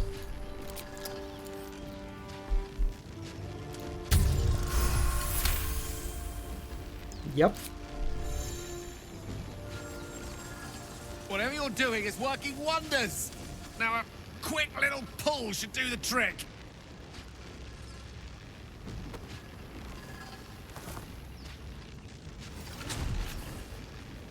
Also, now that I think about it, it's pretty terrifying experience, right? To be stuck in whatever place Gale was stuck. Oh. Hello. I'm Gale of Waterdeep. Apologies. Usually better at this. Yeah, here he is, the sweetest boy in the whole game. I romanced him first. In my first run, couldn't resist his advances. I'm usually better at this, okay. At not wasting the time of passing adventures? I certainly hope so. Apologies. I didn't exactly memorize my cephalopodian banishment spells last night. Wasn't the best prepared for an attack by squid. Say, but I know you, don't I? In a manner of speaking. You were on the Nautiloid as well. Just, I don't, look at his face, like when he smiles, it's just... You don't trust this man, I don't know, we want him in our party, so... I was, yes. And I can only assume you too were on the receiving end of a rather unwelcome insertion in the ocular region.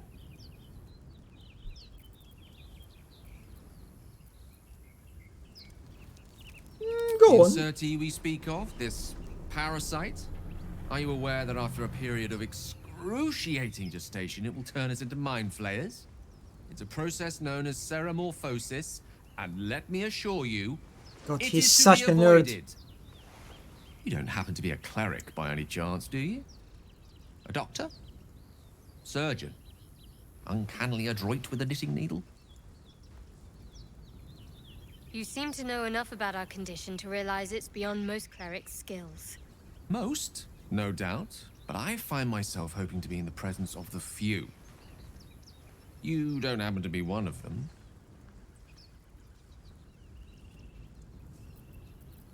I can intend to basically. Yeah. As we've established, few enough can. It's not exactly a common affliction. We're most certainly going to need a healer, and soon, too. How about we lend each other a helping hand once more and look for a healer together? It is interesting, like a setup for the beginning of the game, right? This very urgent danger, right, that is present and you have to address as quick as you can. In this case, it's like this tadpole tentacle parasite in your head, right? That you know that will turn you into a mind flayer, right?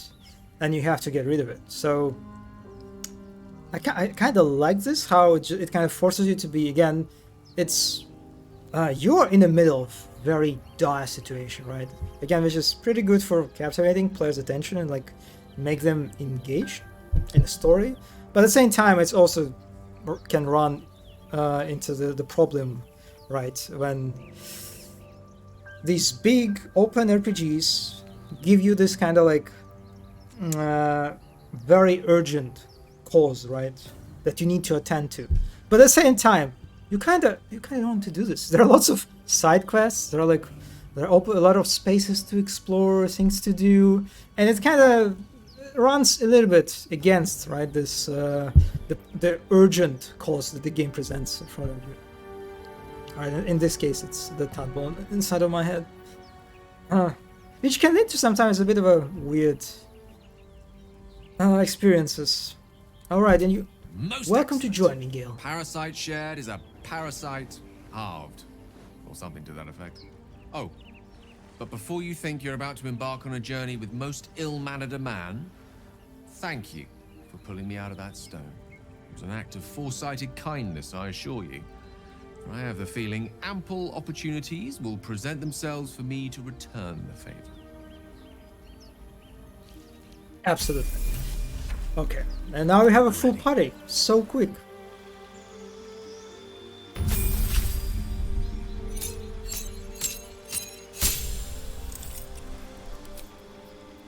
Okay, for this guy, I'll probably try to make him just very...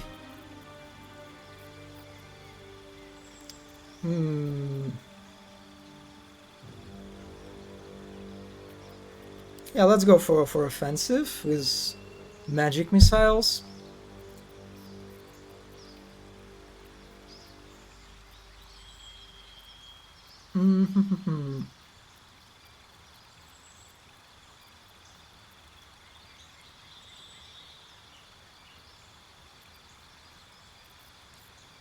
Maybe shield for protection, or maybe enhanced leap. Again, jumping I found is pretty crucial. So maybe let's say the jumping enhancement will do. Since I'll definitely with Gale, I will try to gain high ground, you know, as many times as I can, as often as I can. And jumping definitely helps with that.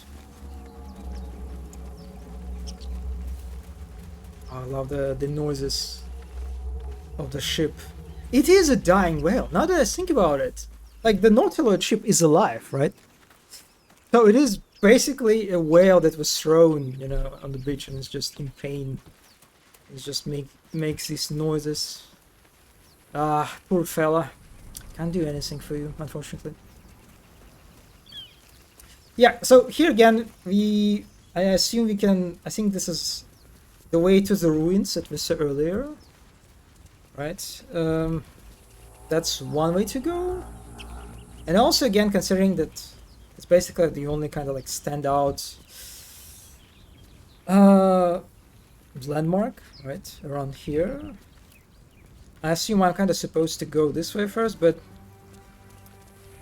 actually, yeah, let's go. Let's explore it.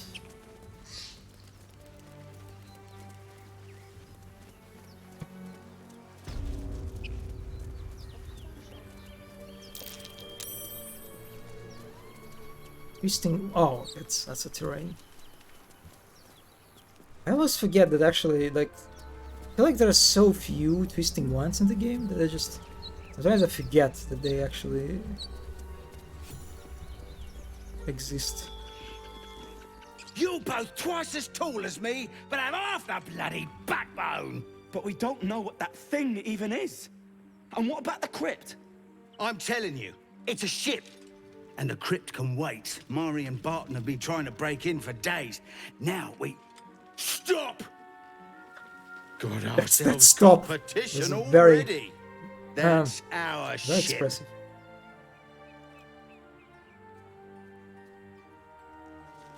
Yeah, also, I don't know, you probably heard about it, that all the character animations, they are mock-up animations.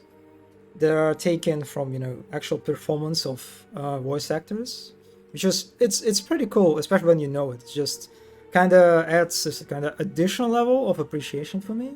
When I see a character just oh my god, gesticulating and moving around, when you know that it is actual human being moving around, it's, I don't know, it just kind of even humanizes it more, you know, these characters, when you know that. There's kind of this meta knowledge.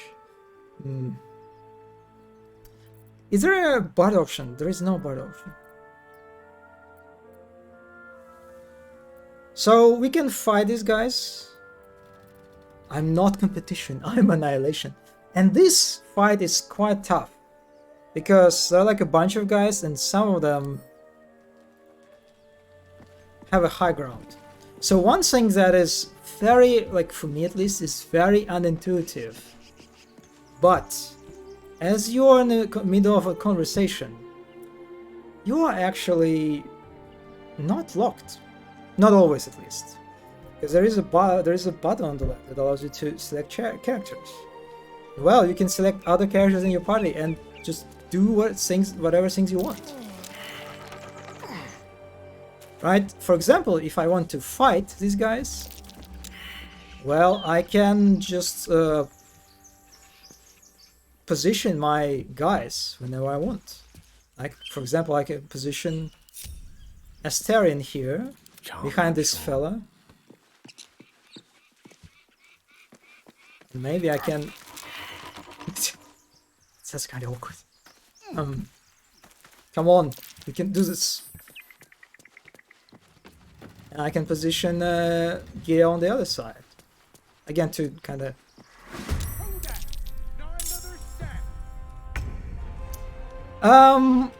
Why did this happen? Wait, what? Why they became hostile to me? Like in this specific spot. This is interesting. That's... Alright, I feel like my character is kind of... I was acting sussy. Yeah, Astarion being behind this guy wasn't sussy enough. And I wasn't even a stealth. So one thing I can try to do, I can show which is basically I can try to push a target away, and in this case I can do this. 45%.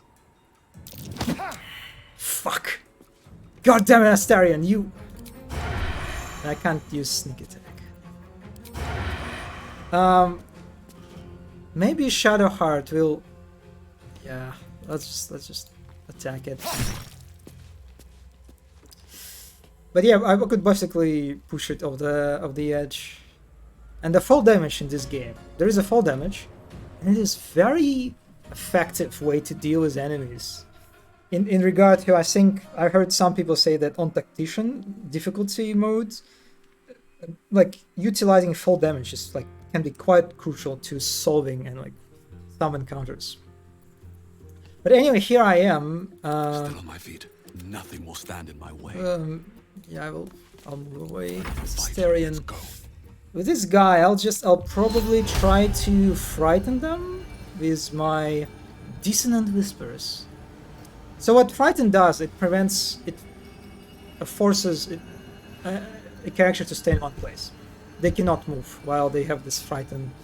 And I definitely want to frighten this melee guy. Fuck, they actually saved.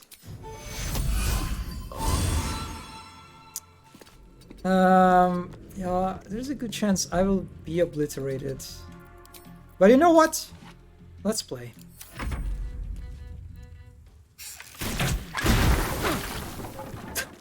It is kind of fun. Ah, you piece of shit, of course. How are you so smart, buddy?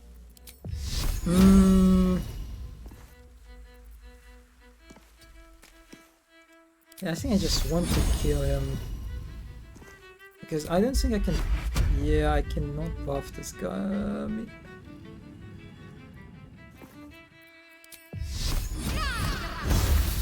Yup. Clerics are pretty good.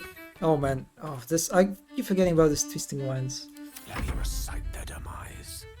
Yes, let's do this. So what do we have? We actually don't have...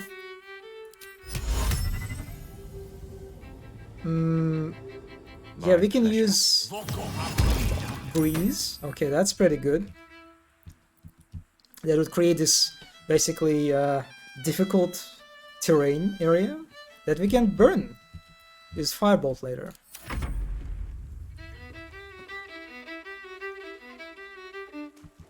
Come on.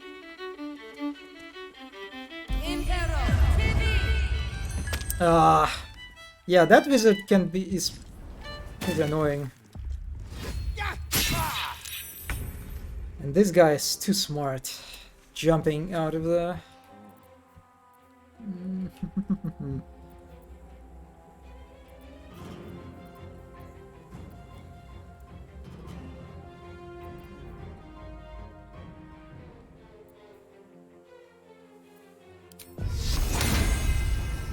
That's annoying. Yeah, I'll probably will try to just... Actually, maybe it's good to focus the wizard. Comes easy these days. Pay attention. Pay attention.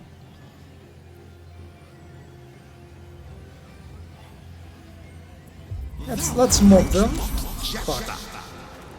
And also, yeah, there is... That's annoying. Right, get back into this. Man, that I don't know what it is.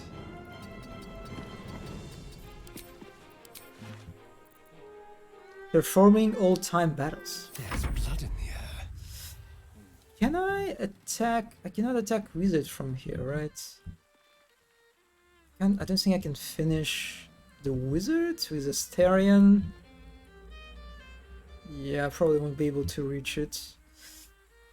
Let's go to this edge and try to... Can't use sneak attacks. God damn it. What's the point of having a high ground if I kept missing?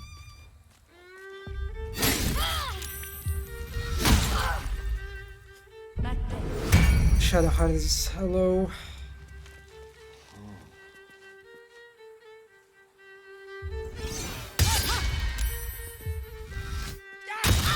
Man, she is dying.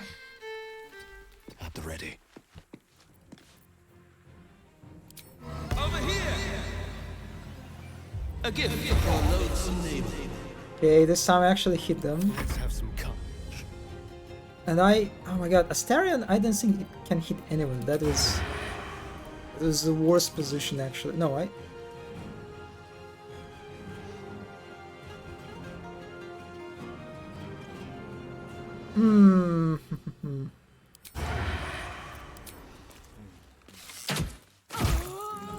All right.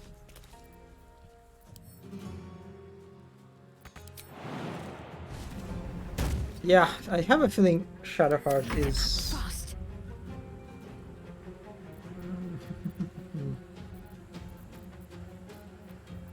The best she can do, I think, is just...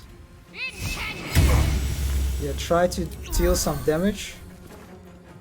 I guess I'll heal. Yep. Maybe that was a waste, actually.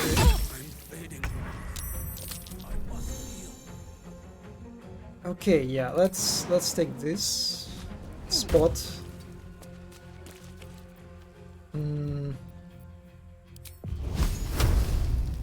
Actually, all my spells are kind of awkward, right? The Thunder Wave, I should probably replace, considering it's a... I think it's a close range spell. Let's go for Witch Bolt.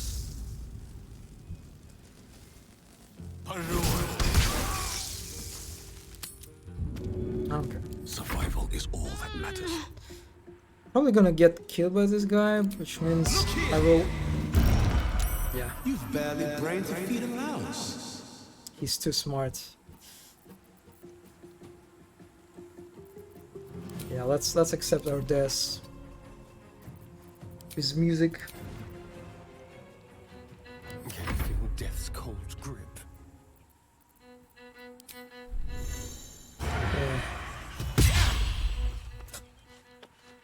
Yeah. Yeah, it's one of those, definitely one of the quite frustrating elements of combat in Baldur's Gate.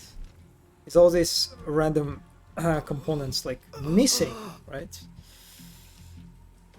Your hits it's pretty frustrating at times. Especially when you feel like when you're doing everything right and the game's still sort of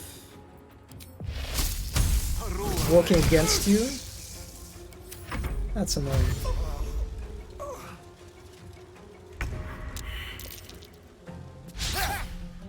One can't always be a gentleman.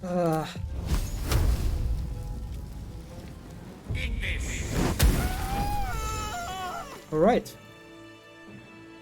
Yeah, I remember on my first playthrough, I got obliterated here because I didn't position any of my characters. I just kind of started a fight with everyone.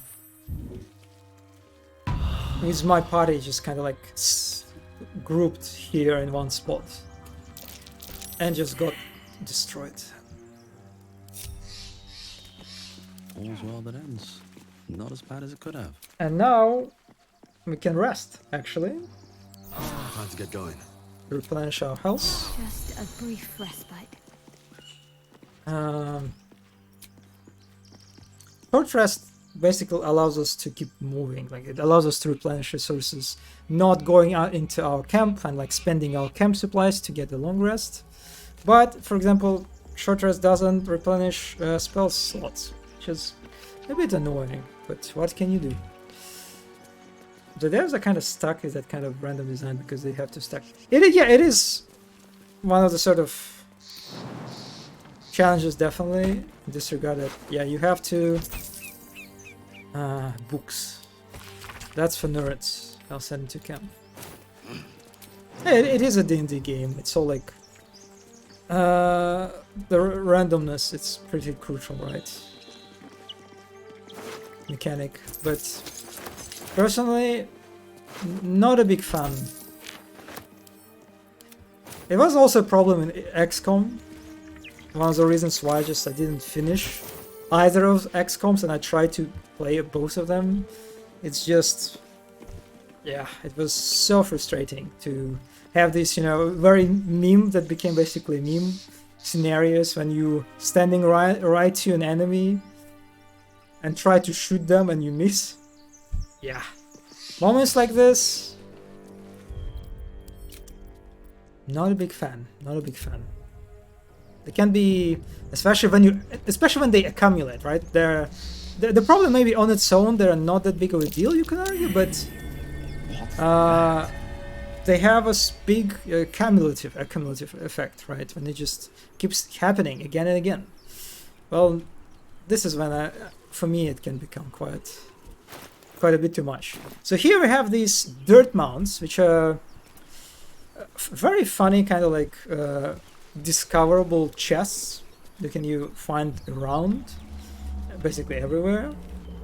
They're kind of funny that you need to pass the, you know, the whatever it was, attention check, whatever, to discover them, and then you need you actually need a shovel. So I can't get that chest now. That's unfortunate.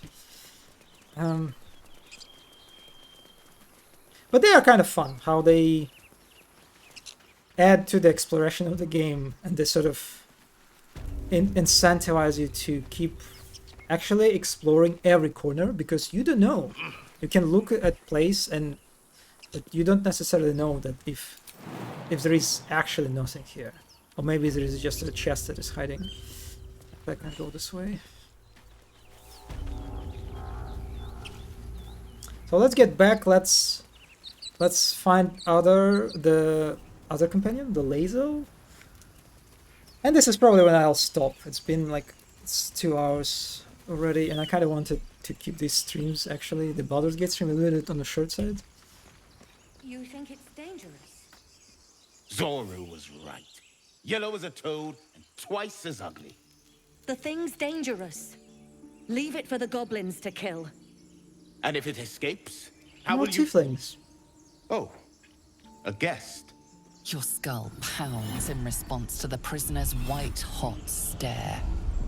Her lips don't move. Yet She looks you so hear her stupid voice. in this situation. A skillful Gis warrior got trapped into the... what is this trap even? Oh gods! You've caught a scout! The Gis invasion force is right behind me. Save yourself! Yes.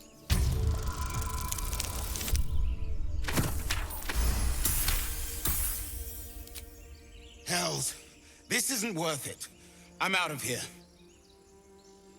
Enough gawking. Get me down. Say please. Never. I wonder what these guys will tell me when I encounter them later, accompanied by Lazel, actually. Will they call me out? I don't know, we'll see. So here we have a bit of a puzzle that I dislike a lot.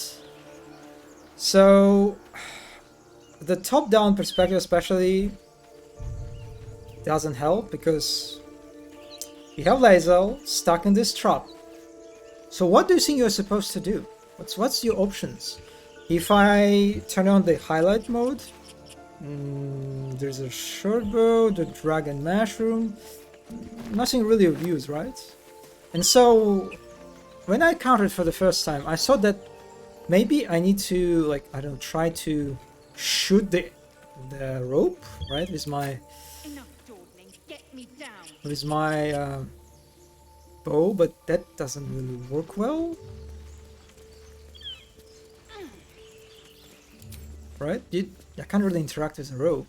Even so, I feel like it's the most intuitive thing to do here, is to just shoot the rope, to make the whole thing, the whole contraption fall and break. And then, because that was not the case, I was quite confused and saw that maybe I need to get it on top, you know? Try to get on the sort of like a bridge, right? This terrain that maybe there is like something that I can cut and make this thing fall. That was quite a confusing exploration. That eventually I found out, no, I cannot reach this elevation. I cannot reach it at all. And then, accidentally,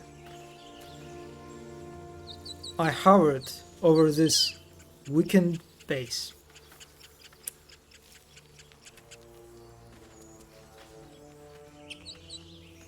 I don't know why I would do it like this. It's so awkward. It's so unintuitive. It's so just, especially considering that it's so easy for the player to just hover over Lysel instead of the object they interact with. Right? It's so right near each other. And again, the fact that it doesn't appear in highlight mode. The one streamer that I saw playing through this, they were so confused. And it makes sense because, yeah, everything is extremely unclear and unintuitive in this puzzle. That's what you have to do. You have to shoot the puzzle. The base, the weakened tadpole base. hasn't yet scrambled all your senses. Auspicious. But the longer we wait, the more it consumes. My people possess the cure for this infection. I must find a creche. You will join me. Careful. She obviously sees your kindness as weakness. Don't let her take advantage. No, don't worry about that. If it's a weak base situation, why can't she just break it? She said. It is also true. It is so funny how she has this gigantic sword behind her too. Like she's, yeah, that is. It's not good. It's not a good puzzle, I would say. Probably one of the worst ones, and it's kind of surprising that they just kept it this way. Tiefling, you are clearly no friend to tieflings. We'll go separate ways. No. We will journey together. So okay, I guess let's ask what exactly is a creche? It is many things. A hatchery, a training grounds, a shelter. Githyanki protocol is clear. When infected with a gay tadpole, we must report to Augustil for purification. A simple thank you wouldn't go amiss. You may as well suggest a wyvern bow to worms. The cure I offer will suffice as thanks. Such a girl boss. Oh man, everything is lagging again for whatever reason. Okay, let's journey together. You are full up. Dismiss your weakest warrior. Oh, I think we are fine. Very well, but heed my words. The Horned Ones mentioned a camp. One there, this Zoru, has seen Githyanki. A creche must be near. I must interrogate this Zoru. Our very lives depend on it. I will be at your camp. Do not keep me waiting. Yeah, Zyrel just right from the beginning provides you with very straightforward path to follow. Which of course you don't have to, but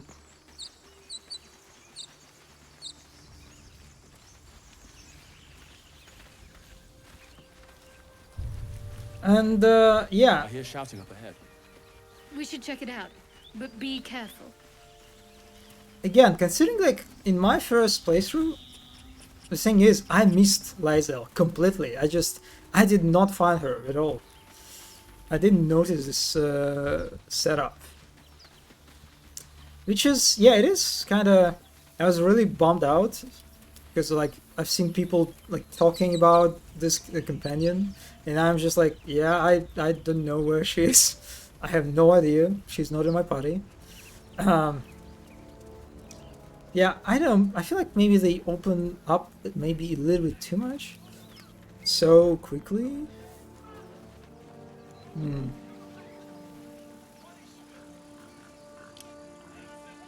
But anyway, time for another companion reveal. Open the bloody gate! And also just a fight. Nobody gets in! Zevlor's orders! That pack of goblins will be on us any second! What's going on? Goblins are on our tail! Open the gate, Zevlor, now! You let goblins here? Where is the druid? Please! There's no time! I like how he just unstuck that arrow. I don't know, what was it? Like some kind of intimidation move or something? By the nine hells! Open the gate!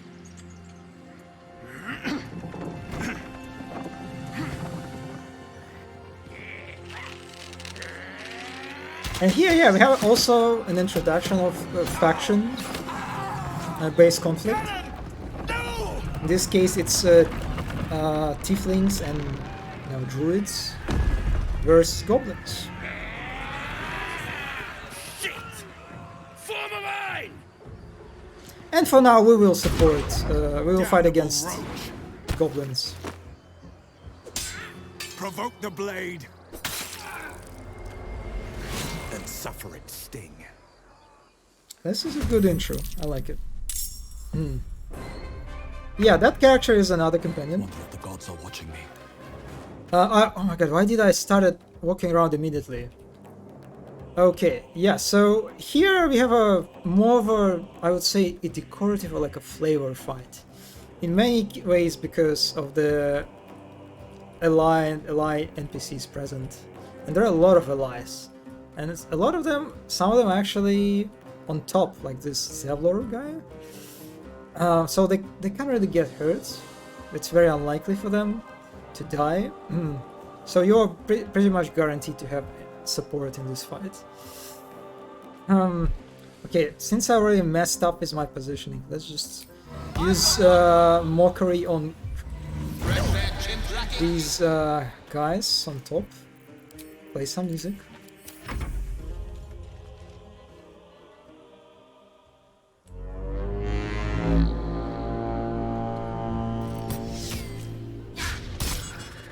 We also get this rally bonus from, yeah, this guy activating the horn.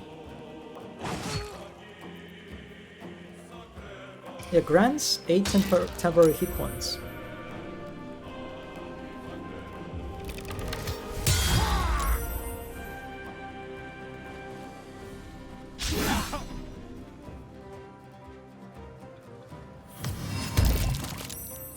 Oh man, that's, oh my god, that's quite nasty grease.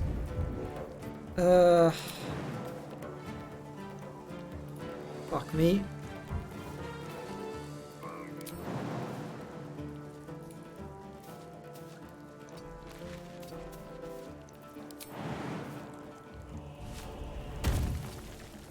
Not very elegant way to get out, but I say it will work.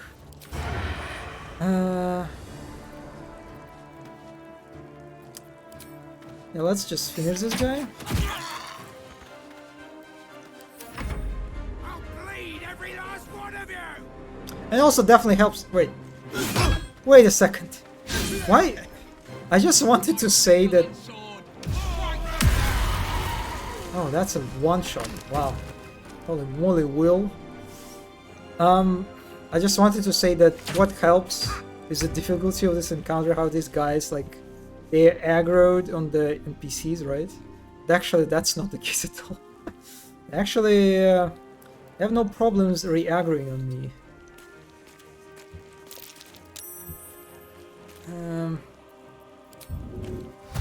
Let's get out of this very dirty situation. All doom.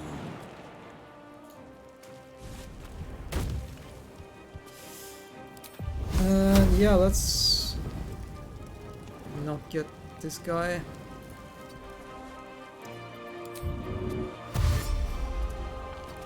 Let's just use dash to reach the high ground. Chill with this goblin tracker.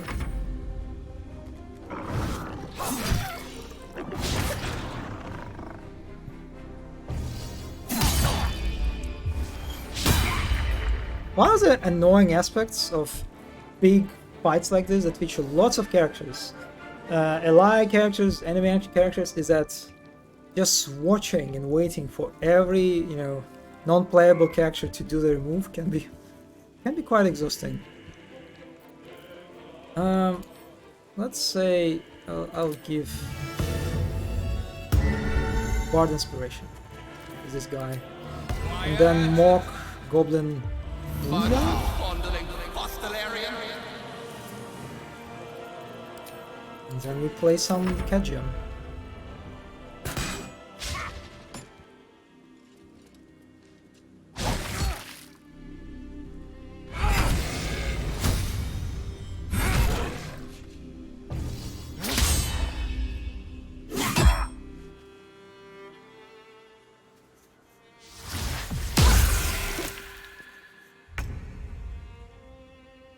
Okay, let's... A better position. I should be able to kill him. Yep.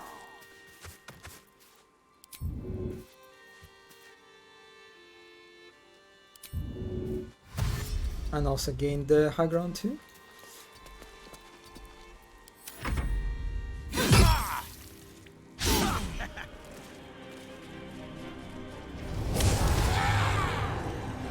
Reckless Warcry.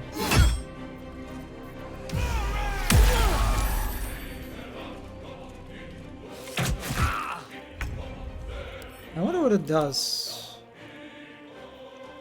Strength is increased by 3 while armor class is decreased by 1. Huh, okay, got it. One of the things that is quite important, that I think it's very easy, especially for a newbie, to completely neglect, and that's exactly what I did, is that you can click on any character in combat and press examine, and you can see exactly what each kind of like effect they have means, which can be pretty important. You know, it's kind of boring and daunting sometimes to like read in the midst of combat. It kind of breaks the flow, but it's also can be quite important when you encounter special like new effects. Let's just use some fireballs. Maybe kill Baldur. Yep. Tale for the ages. Let's shove this Goblin Tracker.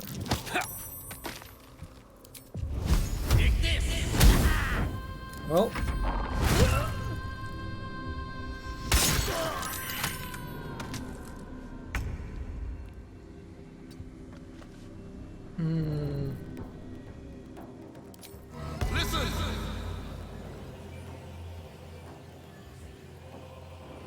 I can leave that Goblin Tracker for my fellas. I didn't play the music. Fuck.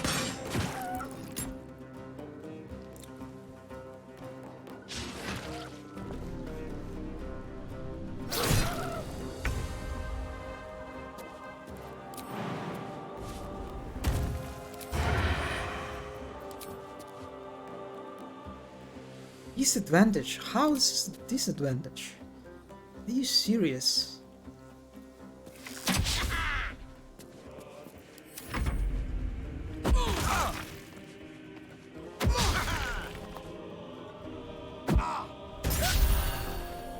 Oh, thank you. It actually healed me.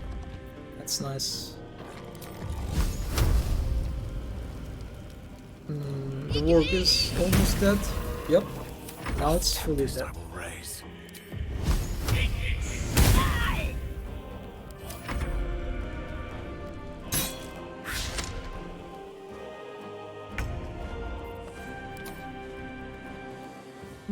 Let's just finish it. God damn it.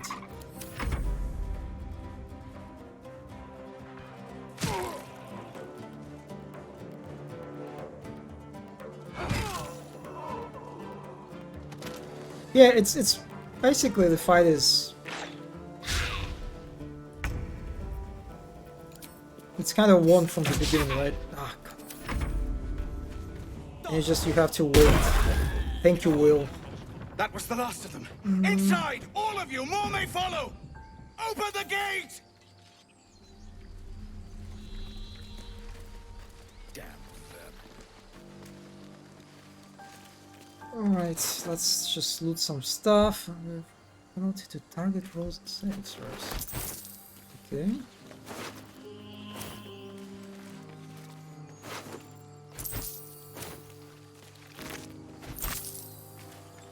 Oh, every good guy survived. That's kind of surprising, actually.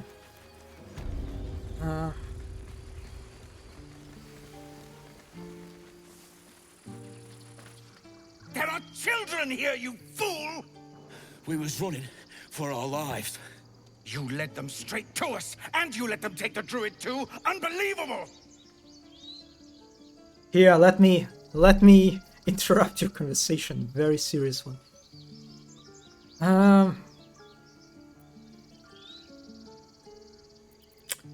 Yeah, let's just select Bard option for now. What's unbelievable is how we beat the goblins. We are both heroes. This sounds so insincere. And who the hell are you again? Show some respect! If not for them, your pathetic life would be over. Well, I didn't ask for any goddamn help. I don't feel like we actually Begging contributed me that to open much the to that gate. fight. Anything to save yourself, you coward! The human's eye twitches. He's about to blow. I am Tiefling, Zevlor is Tiefling, and I just love Zevlor. He's a very adorable Tiefling boomer, so I love him, and I will side with him. So let's attack the human. Also, I'm not very good at attacking, actually. Yeah, that. Let's embrace this failure. I can reroll. I have 1 inspiration left, but He acts before you can intervene. Should have done that a long time ago. Arrogant prick had it out for me from day one. God damn it, Zevlor, No one leaves you can my take one people hit. out cold.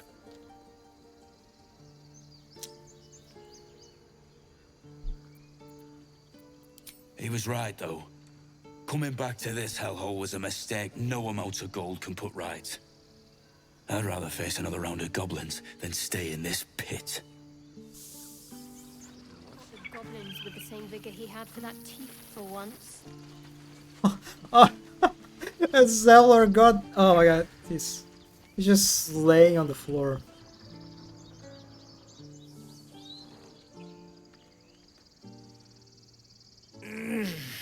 Regression. A cheap shot. I should have expected that. You had that coming. Did I now? It makes no matter. This grove has problems enough. Whatever your business, I'd see to it quickly. The druids are forcing everyone out. This attack will only strengthen their resolve.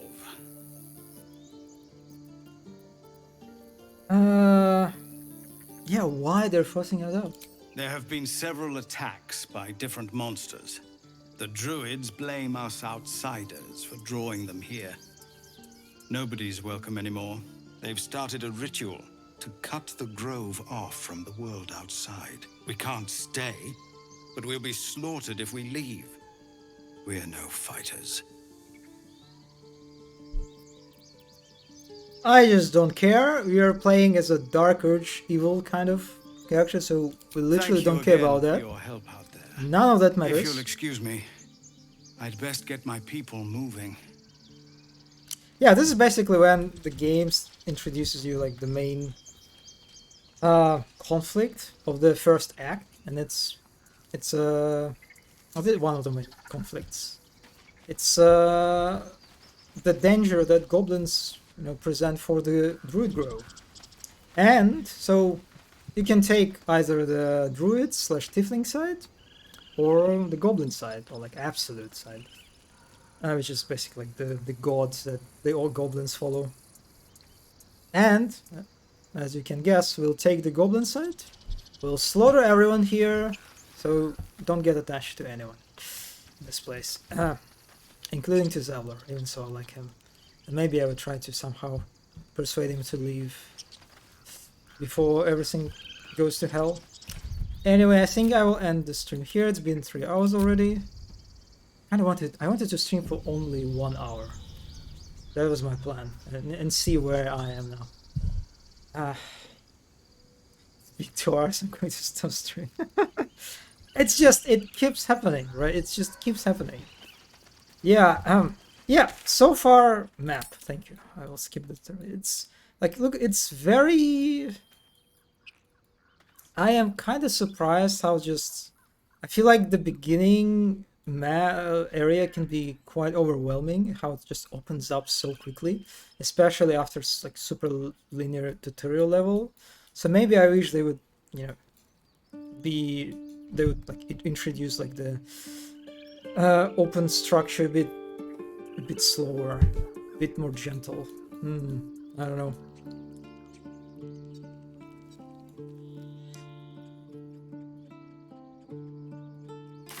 Anyway, yeah, that's been it for me for the day. I think I'll keep playing Baldur's Gate on streams for some time.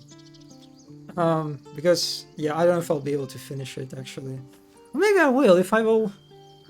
I'll try to skip, not to.